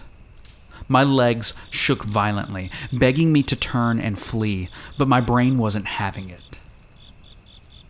Tears filled my eyes, spilling down my cheeks as I fought the urge to blink. We stood that way for a long time, staring each other down in the garden. I never saw it blink, unless it had timed theirs perfectly with the few I granted my dried-out eyes. I took shaky, useless breaths, trying to be quiet despite already having been seen. After such a long time of staring at each other, I decided if this person was going to hurt me, they would have by now. They stood still as a statue, and I started wondering if maybe it wasn't a person at all. Maybe it was just a scarecrow Dad had installed that I hadn't noticed before. I hadn't really looked around the patch that much before the hogs went off. I breathed a sigh of relief, satisfied with my explanation. Feeling rather silly for standing in the yard for so long, staring at a scarecrow, I pulled my camera back out of my bag. I turned it on, having to adjust the brightness once more before bringing it to my face and searching for the perfect angle. Once again, my heart slammed to a stop. They were gone. I didn't hesitate this time. I threw the camera on the ground and ran, never looking back when the hogs began screaming again. I heard the sound of something, chasing me through the field. I thought for sure they'd get me when I took a tumble down the hill, crash landing into the oak tree. I blinked away the stars that filled my vision as I brought myself to my feet, leaning against the trunk of the tree until I could regain my balance. My surroundings were spinning before me, and I was seeing double. I wondered how hard I had hit my head, but not for long once I saw the figure barreling down the hill. It was nothing more than two black silhouettes, perfectly symmetrical, making a beeline through the tall grass. But it sent a shock to my heart like nothing I'd ever experienced. Fighting off the delirium, I toppled past the swinging rope, heading for the footbridge. I made it halfway across when I heard the splashing sound to my left, looking over to see those black silhouettes flitting across the creek. It was at that moment I missed my next step, falling sideways into the shallow water. I landed with a crack, shrieking as the bone in my wrist snapped under the weight of my fall. Water funneled into my nose and open mouth, overwhelming me and making it difficult to regain my footing. I heard the familiar swashing of water going against the current, looking up to see the silhouettes approaching me once more. Up close, I realized this was not a person I was dealing with. As my vision slowly returned to normal, likely with the assistance of the intense pain in my wrist, the shadows merged together to create a hideous form. The lumps I'd seen growing from its ribs were mutated strawberries, oozing thick, pink pus that dripped down its legs as it walked. Its mouth was shaped kind of like a star, with soft tendrils that moved constantly while making no sound. White mucus bubbled from the orifice, drooling down its chin and mixing with the substance bleeding from the strawberry warts. By the time I regained control of my legs, it was too late. The strawberry monster was on top of me, dripping slime onto my face from its Lovecraftian mouth. I pressed my palm against its chest, hoping to keep it from reaching me, but my hand sunk into its flesh upon contact. My fingers snapped under the pressure of its skin, shrink-wrapping my hand, and once again I screamed as I felt the shattering of my own bones. Just when I thought it would consume me entirely, I heard the sound of a shot fire into the air.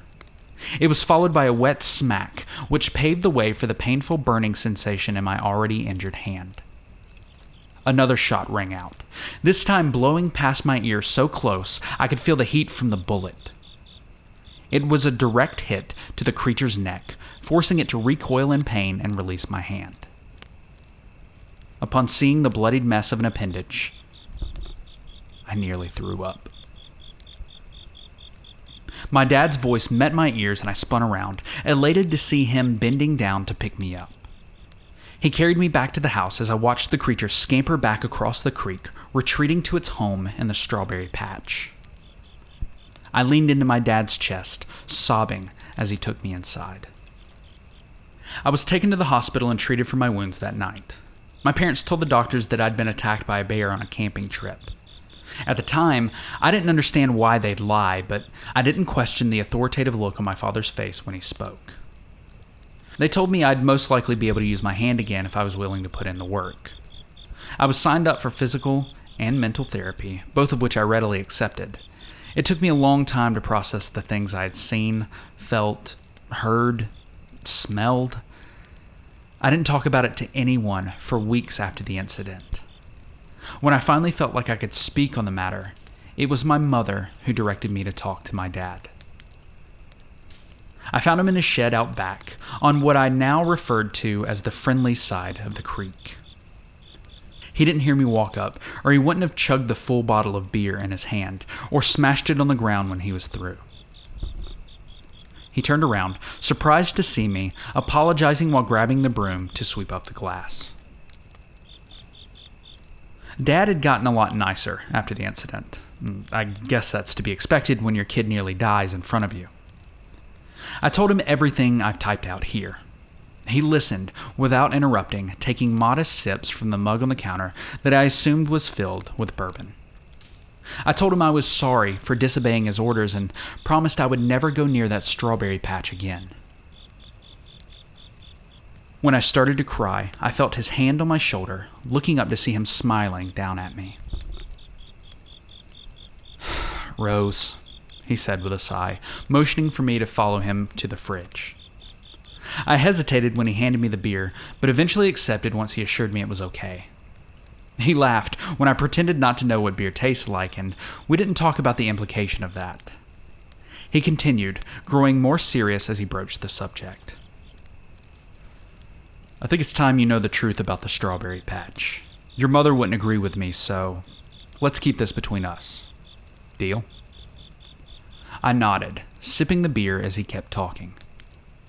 My parents warned me about the strawberries too, just like their parents warned them, and so on and so forth, for as long as anybody can recall. And just like you, I decided one day that enough was enough, and I needed to know what the big deal was about the strawberries. He paused, drinking from his mug. Setting it down on the table, he glanced out the shed window before continuing. "Listen, honey, we don't know what it is," he said, shrugging and looking at the floor. "I wish I could tell you, but we really don't know. It's been around for as long as we can remember, and no one knows how to get rid of it. We've always just kind of dealt with it." "How is this dealing with it?" I asked. Dad looked up at me with a confused look, almost like he was offended. "What do you mean?" "Dad, it nearly killed me," I replied. "If you hadn't come outside, I think it was going to just, absorb me. That's why we don't go near the strawberry patch. And what if it decides to leave the strawberry patch, Dad? It hasn't so far. Why would it now?" With no rebuttal, I glared at him in silence. Normally by now, with this much backtalk, my dad would have popped me in the jaw so hard I'd be on my ass. But like I said, since the incident, he's done a damn good job at keeping us cool. That being said, I could see something building in him the more I argued. I could typically identify his rage, but this was something different. Something new. "Rose, please, just stay away from the fucking strawberries." He spoke with a sense of finality, sealing the deal by finishing the contents of the mug and slamming it on the counter. He swiftly left the shed, disappearing into the evening rain. I slumped in his chair, staring at the empty mug. A quick sniff revealed that I was right about the bourbon. Gagging, I set the mug back down and stood up, meandering aimlessly around the shed. I half expected Dad to come marching back in to finish our talk, but he never did. I walked back to the house a little bit after it got dark, while it was still raining.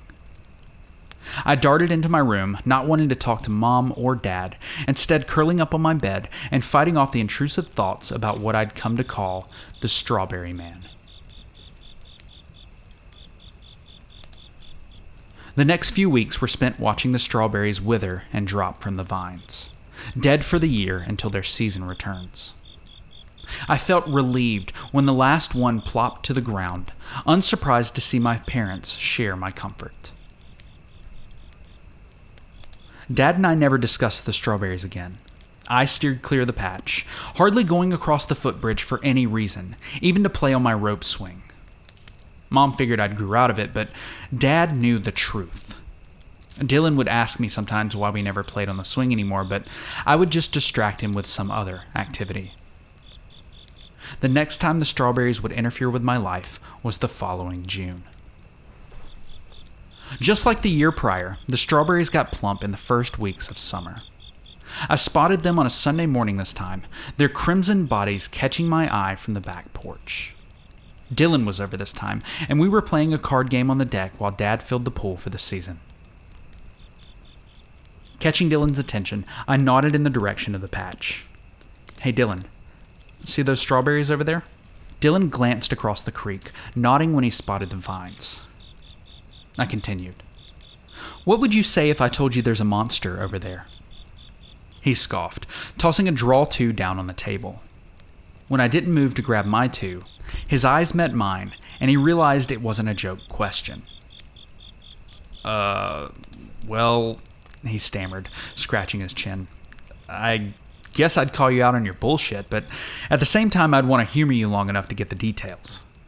What kind of monster?"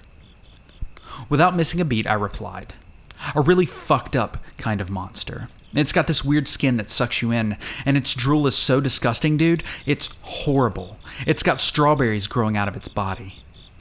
Dylan laughed, drawing my 2 cards on my behalf so he could draw from the deck. "You've got one hell of an imagination. Do you have any blues?"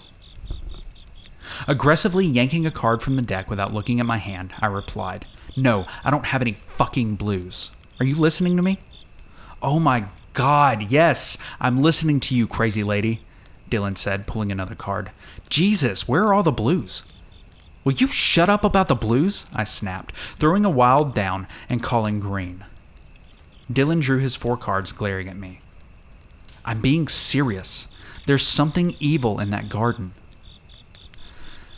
"Okay, say you're not crazy," Dylan said, laying down a couple of skips in a row. "Say there's a monster in your garden, and it's some really weird, gross strawberry thing. Just kill it, dude. Torch the thing. Fire, fire, fire." "I agree," I said, laying down a random number. "I want to get rid of it, but I don't think I can do it alone. I need backup." I met his eyes above our cards, spotting the fear from across the table. He gulped. "I'm calling on you, man," I refuted, calling the impending no written all over his face. "Remember the underwear incident?" "Damn it, Rose," Dylan barked. "You can't use that forever." "I think I can," I replied, laying my cards face down on the table. "You didn't say Uno. Draw 6. "What?" Dylan looked down, grunting when he saw 1 card in his hand. He drew his punishment and sat his cards down, leaning back in his chair. He took a sip from his soda, the sun shining on his face. It was about 10 o'clock now, and it was starting to heat up outside. "Do you want to go in? Talk about our plan?" I proposed, stacking the cards in a pile on the table. Dylan agreed, standing up and following me inside. Our plan was shoddy at best and disastrous at worst. It involved the 2 of us dressing in all black and wearing our bicycle helmets in case we take a spill down the bank. Equipped with baseball bats for weapons, we would enter the patch from the far side this time, cutting across the creek on the opposite side of the hog pen instead of taking the footbridge. The strawberry man would probably sense us coming a mile away, so we would split up before we arrived at the corner of the garden. Dylan would creep through the vines, distracting the strawberry man long enough for me to come up behind it and smash it across the back of the head with my bat. We slipped out of my bedroom window just as the sun went down. That familiar pink moon rising up in the sky like a big old saucer. Mom and Dad were still awake, but they were occupied installing a new bookcase in their bedroom. Dylan and I had a clear shot to the other side of the creek without giving up the ability to see where we were putting our feet in the water. The tall grass on the other side of the creek was an effective shield from the garden's view, providing Dylan and I with a place to have a quick meeting before we launched. We discussed our plan again, playing rock, paper, scissors at the last moment to swap spots. When I won, Dylan cursed, not wanting to be the one to crawl through the vines and draw the attention of the beast. I gave him a brief pep talk, ending the conversation with a warm embrace and thanking him for helping me get rid of this disturbing inheritance. "Remember," I whispered, as we crept up the hill just before we were to split up. "Stay low and try not to make much sound until you get close. When I give you the signal, make some noise." "I got it," Dylan confessed. I'm just fucking scared, Rose." "Don't be scared," I whispered, waving my hands dismissively. "It's all gonna be okay. Just stick to the plan. If anything goes wrong, Mom and Dad are up. They'll hear us scream." Dylan nodded, heading into the garden as I scampered around the other side of the hog sty. The hogs rumbled inside, grunting and snorting as usual as I wormed around to the other side, emerging directly across from the strawberry patch. I saw Dylan come into view. He was crouched down in the vines, baseball bat held in a white-knuckled grip by his side. I winced as I heard his boots crunch the eggshells scattered throughout the garden, wishing I'd warned him about my parents' non-traditional methods. I saw him cringe as well, attempting to change his footing when a sudden sound stopped him in his tracks. I heard it too. The shifting of leaves down the hill behind the garden. I held my breath, hands clasping over my mouth in terror.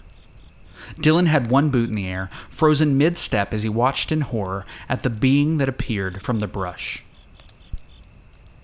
The strawberry man had grown in size since I last saw him, doubling the height he'd presented to me. His strawberry lesions were pulsating in the moonlight, the same pink discharge draining from them as had been before. His star-shaped mouth wriggled its tendrils wildly against his face, slinging saliva around like a fountain. Dylan shrieked, turning on his heels to flee.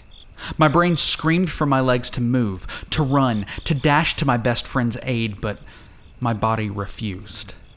Instead, I watched in wide-eyed trepidation as the strawberry man ambushed Dylan from behind.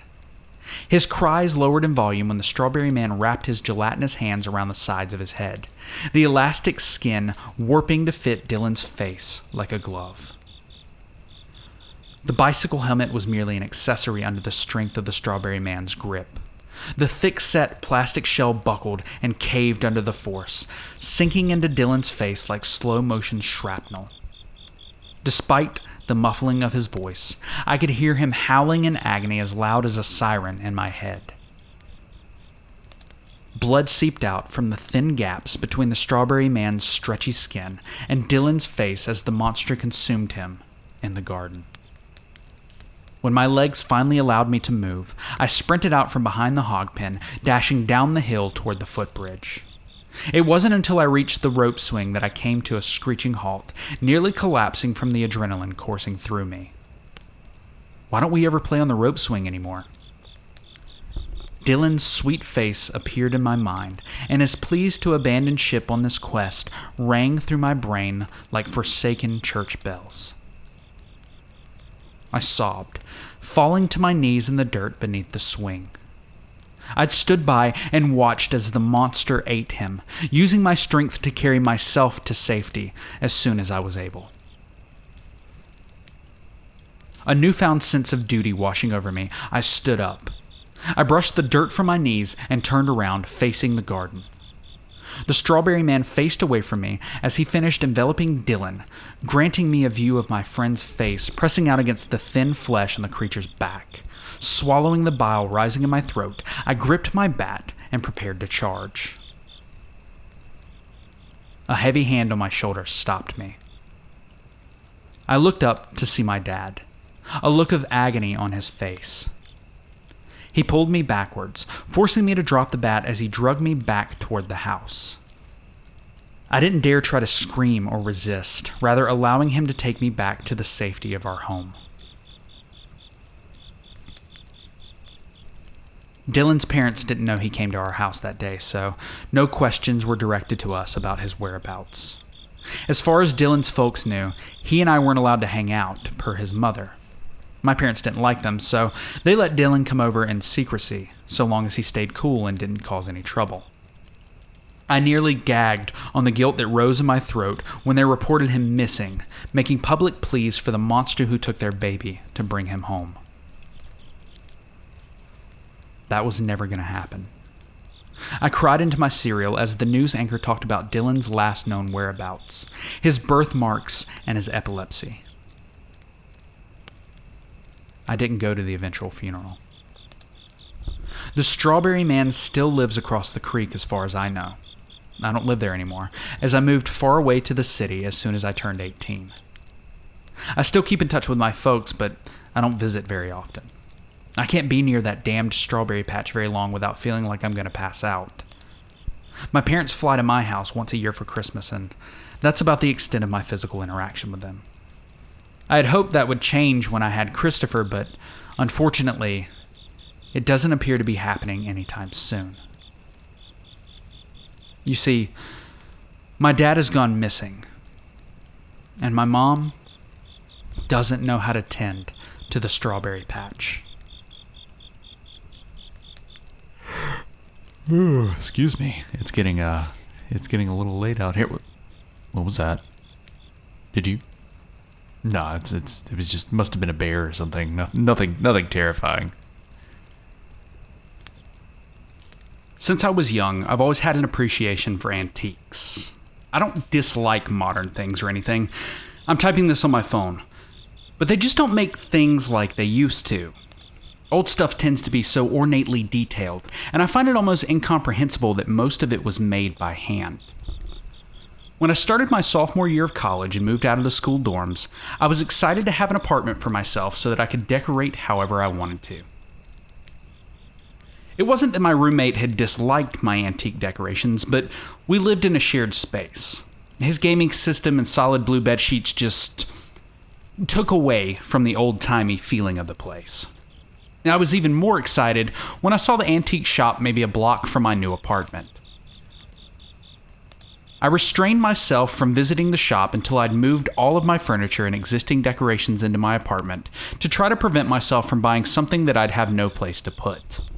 I did that far too often, and I'm a bit ashamed to admit that I still have a few lamps in storage after impulse buying them at an estate sale. But with my furniture finally moved, I could finally go check out that shop. The building was 1 story tall and wooden, painted pale blue. It looked a bit out of place surrounded by modern homes and businesses, but that's just how this town was. Old buildings from the small village that had once been here mixed in with the modern buildings of the city today. The windows were made of dark glass that I couldn't quite see through, adding an element of mystery to what treasures the shop may hold. I turned the old brass doorknob, one of those oval-shaped ones that you had to rattle a bit before it actually turned, and entered the shop. Inside, it was dimly lit by dozens of old lamps. And this was my favorite sort of antique shop, cluttered with heaps of old things that seemed to be waiting for shoppers to discover them. The air smelled like dust and wood varnish and old books, and it was almost entirely silent, except for my footsteps against the threadbare carpeting. After spending maybe half an hour perusing porcelain teacups, tarnished silver brooches, moth-eaten rugs with intricate patterns, and a few dusty old maps, my eye caught on something on the other side of the shop. Sparkling in the light of a few lamps was a red vase. The light filtering through the glass produced a sort of red aura of light around the bottom of the vase. Now, when I say it was red, I don't mean the normal sort of red that you usually see in old brown glass. While that translucent cranberry color is beautiful, it paled in comparison to the brilliant scarlet of this vase. It almost seemed opalescent, reflecting rainbows beneath its surface, and some illusion of the light made it look like something like wisps of dark smoke were moving deep within. The surface of the vase was carved with intricate symbols, most of which I didn't recognize. I had to admire the craftsmanship. Despite the intricacy of the symbols, the vase was virtually without flaw. It was captivatingly beautiful in the strangest of ways, and I almost couldn't tear my eyes away from it. I didn't even bother to check the price tag before grabbing the vase off of its shelf and carrying it over to the checkout counter. If I had enough money to purchase it, I could just adjust the rest of my budget to make up however much I spent. I had to have this vase. It was perfect. The shopkeeper, a chubby old man with salt and pepper hair tied into a ponytail, looked at me quizzically when I presented the vase. "No price tag on that? Where'd you find it? We tag everything when it comes into the shop," he asked. It was just over there on that shelf," I replied, gesturing to where I'd taken the vase from. "Oh, well, I suppose with this many knickknacks, one or two are bound to slip past me. Let's go with $75. That's how much large vases usually go for here." That wasn't too terrible. I handed him my debit card and paid for the vase. By the time that I'd left the shop, it had started to rain. I tucked the vase into one side of my jacket, holding it there to shelter it from the elements. Even though my logical mind told me that there was no way that the rain would damage the glass, it just didn't feel right to let the vase be exposed to the elements. The walk back to my new apartment went by like a blur, and as soon as I returned to my bedroom, I placed the vase on the intricately carved wooden side table by my bed. The red glass glittered in the dim light of my window, those opalescent flakes in the glass sparkling like 1,000 stars. The wispy smoke that seemed to move beneath the surface was more pronounced now, like some great sea creature writhing away beneath the carved surface of the glass. It was impossibly beautiful, and I sat down on the edge of my bed to just stare at the vase. I couldn't tell quite how long had passed before I finally tore my eyes away from the hypnotizing red glass. But by the time I finally did, it was dark outside. Had I really sat there for hours? It felt like only 15 or maybe 30 minutes. Well, I supposed it was what it was. I quickly brushed my teeth and changed into comfortable sweatpants before going to sleep. The soft red glow of the vase gently illuminating the insides of my eyelids as I drifted off. My dreams that night were strange. I stood in the middle of a vast desert with black sand. The sky was full of thousands more stars than I'd ever seen before. Even that one time that I traveled to the American West, miles away from any light pollution. It almost reminded me of those photographs taken by telescopes. The ones with smoky nebulas and shades of orange and purple and blue. Some of the stars looked massive, as if they were far closer to me than any other star I'd ever seen. Or maybe they were just that massive. I didn't recognize any constellations here. In front of me was an impossibly tall pyramid, colored a blue so deep that it almost looked black. It was almost as if the pyramid was full of water. As I grew closer, I realized this to be true. A squid, at least 4 times the size of a bus, but still dwarfed by the sheer size of the pyramid, drifted by before once again disappearing into the shadows.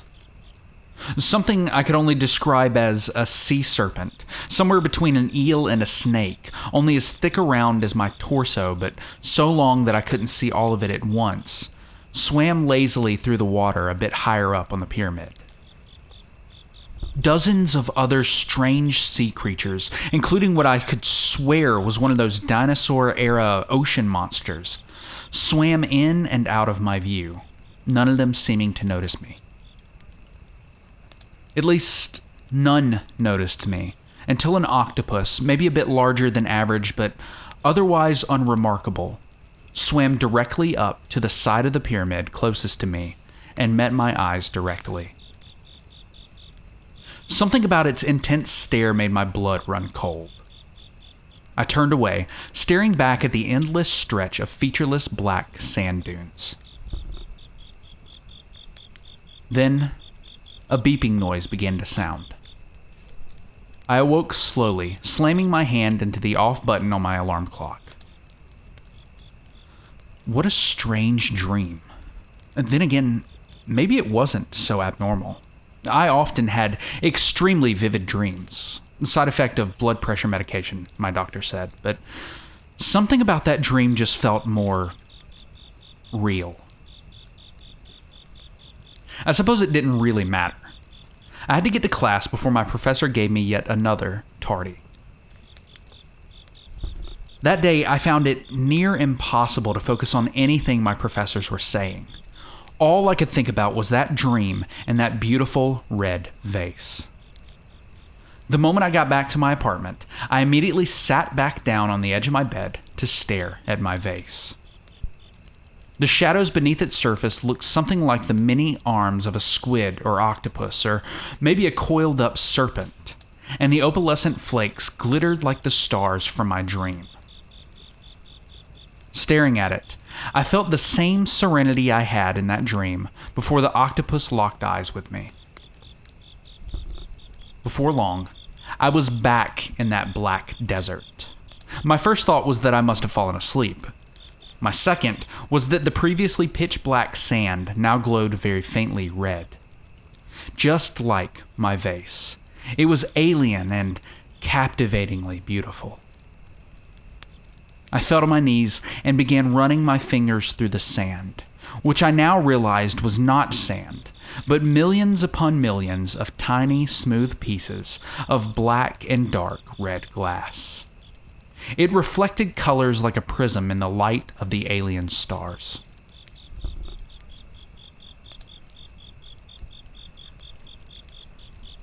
I looked around me, taking in the beauty of the dunes of sparkling glass, and I suddenly came to the realization that I was the only thing, person or otherwise, visible in any direction I looked.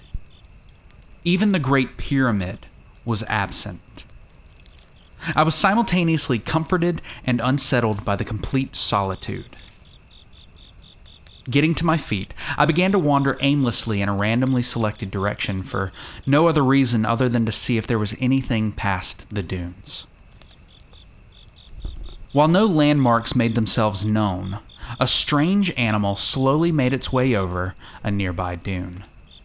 It was maybe the size of a dog.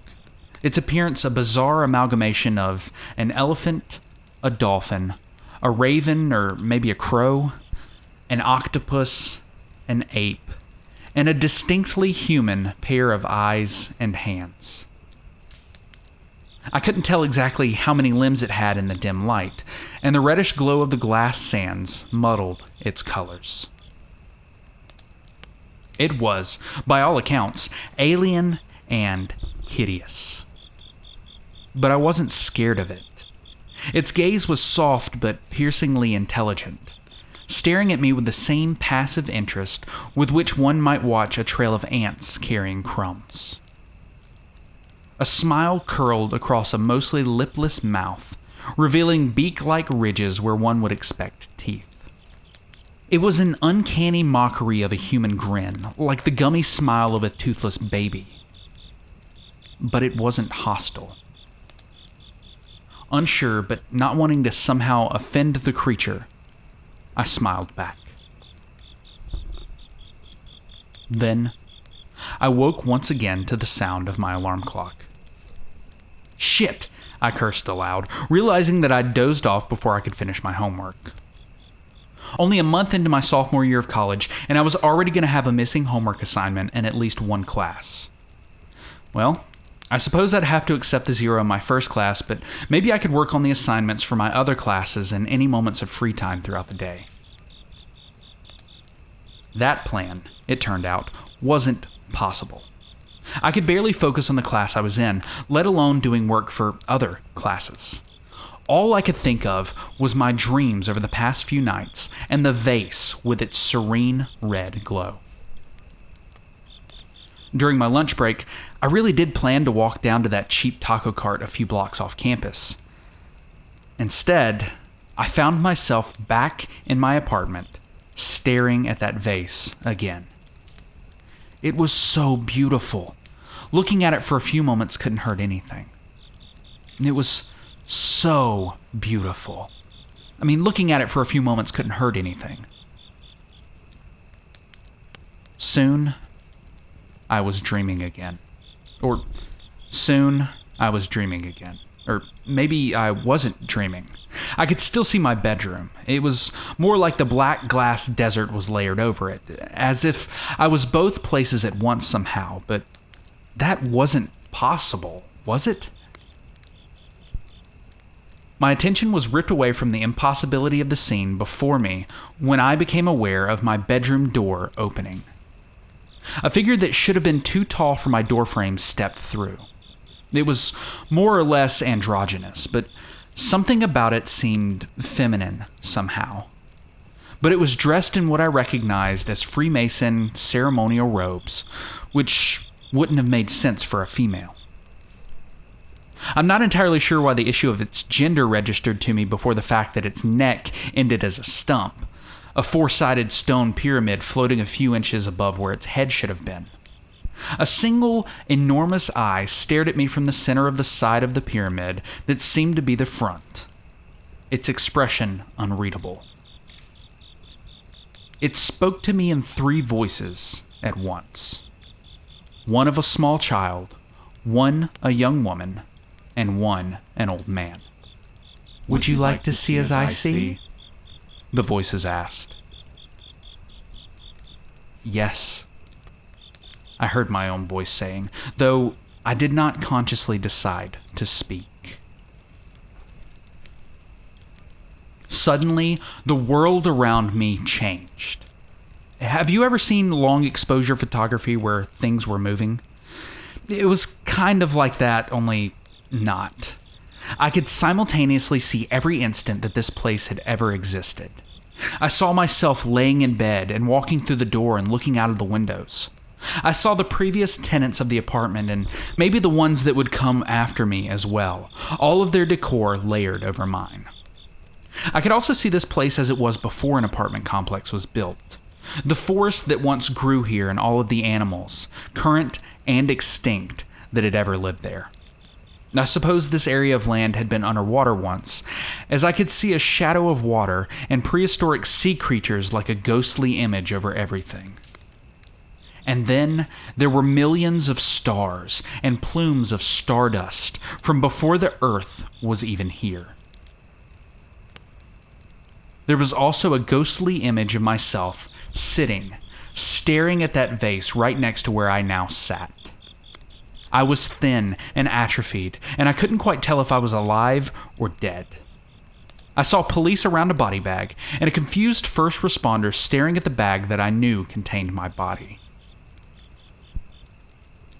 I was going to die here, staring at that vase.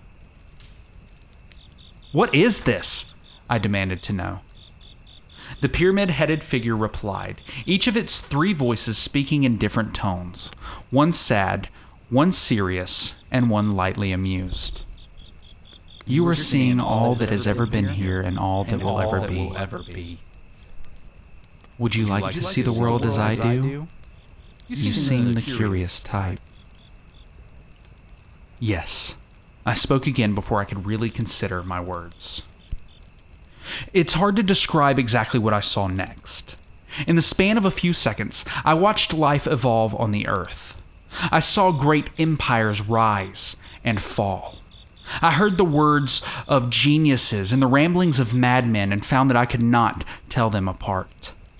I saw every conspiracy and cover-up and every bit of arcane knowledge lost to time.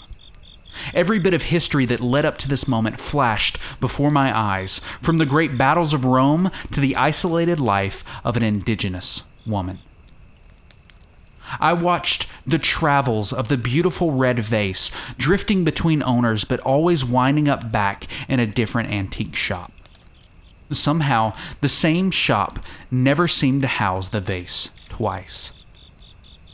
I could feel my finite human mind rejecting the influx of information, centuries of history overloading my memory, which only had space for around 100 years. By the time that my mind had finally processed as much information as it could hold and rejected what it couldn't, the figure was gone. I'm not sure why it showed me what it did. I don't know why I was the one who found the vase. What I do know is that I'm dying soon. I can no longer bring myself to get up for food or water. Can't bring myself to look away from that vase. My eyes are painful, dry and almost certainly bloodshot now, as even blinking takes effort. My body will be found soon, muscles atrophied from lack of food and movement.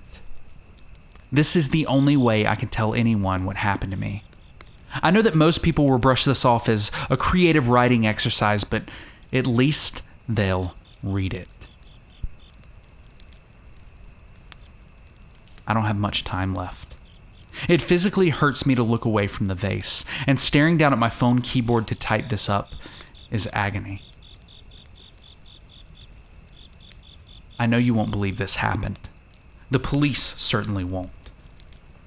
I wonder what they'll rule my cause of death. It doesn't matter. All that matters is that I get this story out there so that you know what really happened. I don't know if it's possible to not buy the vase once you see it, but try. If you see that beautiful, strange vase, if it makes its way to an antique shop near you, do not buy it.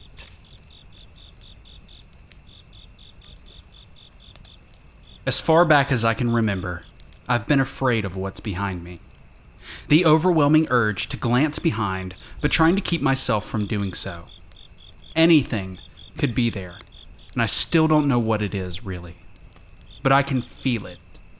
Perhaps it started as a child when my parents first started making me sleep alone. Perhaps it's always been there. I don't think it really matters, and I don't think I'll ever really know. It only happens when I'm alone, and it doesn't matter where. 5 steps off the bus, despite the throngs of people inside only mere feet away. Walking up to an empty house before everyone gets home from work, and having to walk past the dark basement staircase to get a glass of water. Turning slightly to the right to shield my vision from the shadowy entryway that I can barely see as I sit on the couch. I can feel it there, watching, waiting. And if I look, I'm afraid that it will be one step closer. I once read that running from a wild animal will only make them chase you harder, so I do my best to ignore it. As I walk up the stairs from my basement to the kitchen, turning the light off behind me as I go, I walk slowly and normally. I hum, I sigh, I sing quietly. I am not afraid. We both know differently, but as long as I don't acknowledge it or my fear in so many words where it can hear, I'm hoping the facade will hold. As I walk, my heart pounds, threatens to leap out of my chest or up my throat and into my mouth, choking off my airway. It feels like I haven't taken my medicine this morning. My mind pictures all of the ways in which I can be murdered from behind, and my legs shake ever so slightly as my heart thumps and thumps and thumps with my footsteps. My cat meows from the living room and I jump. It's always quiet when I walk. I'm never expecting what occurs when I leave the hell that feels like it goes on for hours, but really only takes seconds, a few minutes. Everything continues. And I must sit alone, waiting for someone to come home so I don't have to pretend that I can't see it anymore. It shifts slightly, right at the edge of my vision, and I tell myself it was a shadow or a trick of the light and that I didn't see anything. I think that it might chuckle, but of course I can't be sure. I really want to know. It's a terrifying game that we're playing. It sets my nerves on fire and puts me on edge, and the worst part is the reason why I am writing this. I love to learn and ask questions. I'm always curious. My mom had told me so many times when I was little in exasperation that curiosity killed the cat. And so, of course, I'd lie awake at night trying not to wonder about all the ways the thing in the shadows might be wanting to hurt me. Last night, it left behind its footprints in the dust on the cracked concrete of the back porch. They're oddly shaped and shuffling, faint scratches that mark where nails have been dragged along the floor. I couldn't help but notice them as I kept my eyes trained on the ground, turning to flick the ceiling light off. I couldn't help but wonder exactly what sort of thing leaves marks like that. Could barely keep my eyes from lifting up, fighting an urge that would be as easy to soothe as breathing. I want to know. I need to know. I cannot avoid looking forever. It was a gloomy day and I had to make the 4-hour trip back to the province. I moved out of the city last year, where I was born and raised, to a province that, although new to me, seemed like a sensible option. It's quieter, less crowded, less stressful. I work remotely anyway, so all I need is a decent internet connection and I'll be fine. On my way to my car, tiny drips of rain had started, although not enough to need an umbrella. On the expressway, however, the rain had gotten much, much heavier. Despite my wipers giving it their all, the road ahead remained a smudged blur.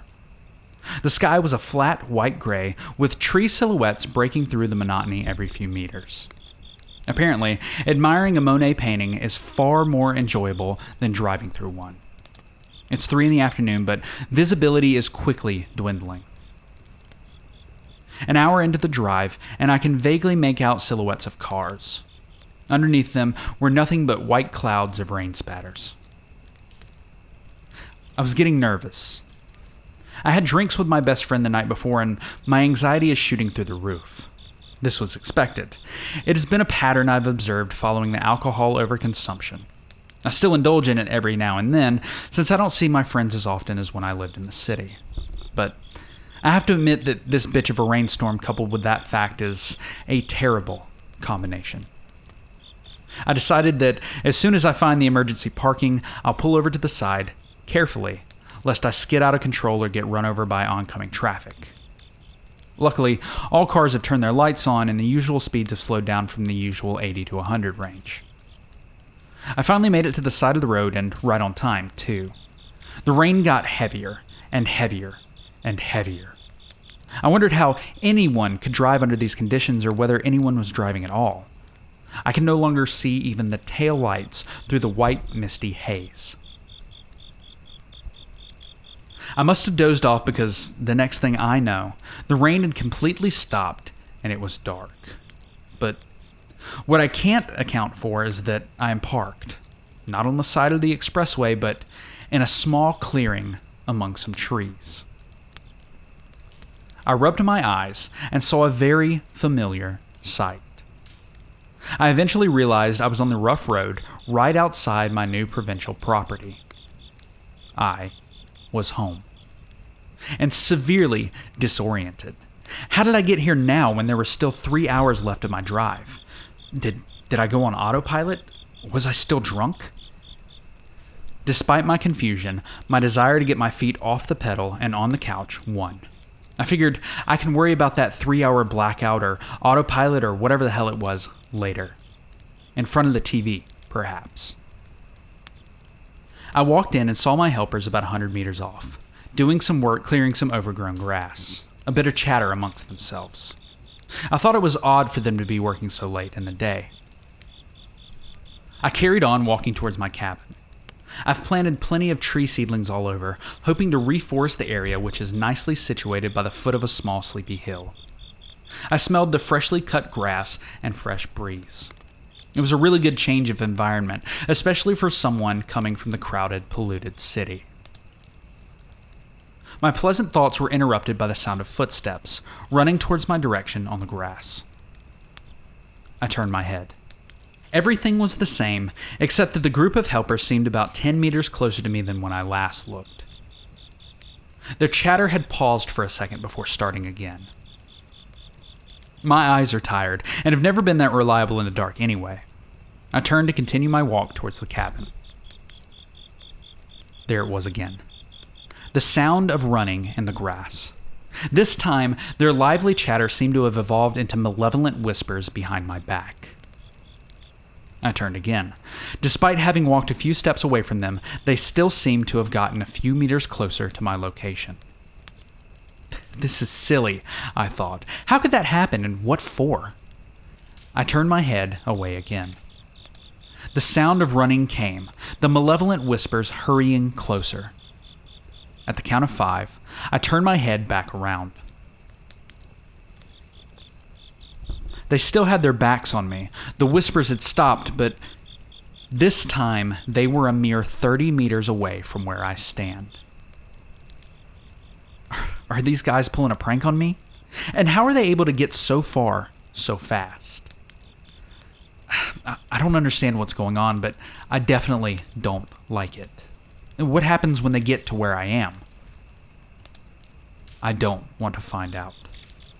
I couldn't feel my hands at this point, only the throbbing heartbeat in my throat. I turned my body completely towards them, facing them as I slowly walked backwards toward the cabin, keeping my eyes on them the whole time. I made it to the foot of the stairs and groped my way up the building. I shut the door while still staring at them through the glass. They haven't come closer, and they eventually started dispersing. Some went to the kitchen, east of my cabin, while the others went into their huts to rest. That brings us to where I am now. It's been several hours since I got here. It's 2 a.m., and I can't sleep. The night has gone darker, and the lights have gone out. Although I can't see out in the darkness surrounding my cabin, I hear the menacing whispers at the foot of the stairs. I don't want to close my eyes, and fear finding them hovering right above me when I wake up. I'm starting to get the feeling that although everything looks like my house, that I somehow made it to the wrong home. And it's been made apparent to me that I am not welcome here. I've double-locked the door and made sure all windows are tightly shut. I have my back up against the wall, my eyes fixed on the door, metal baton in hand. My plan is to wait for daybreak. I'll take my car back to the expressway to redo the drive, and be sure to make the full 4-hour trip.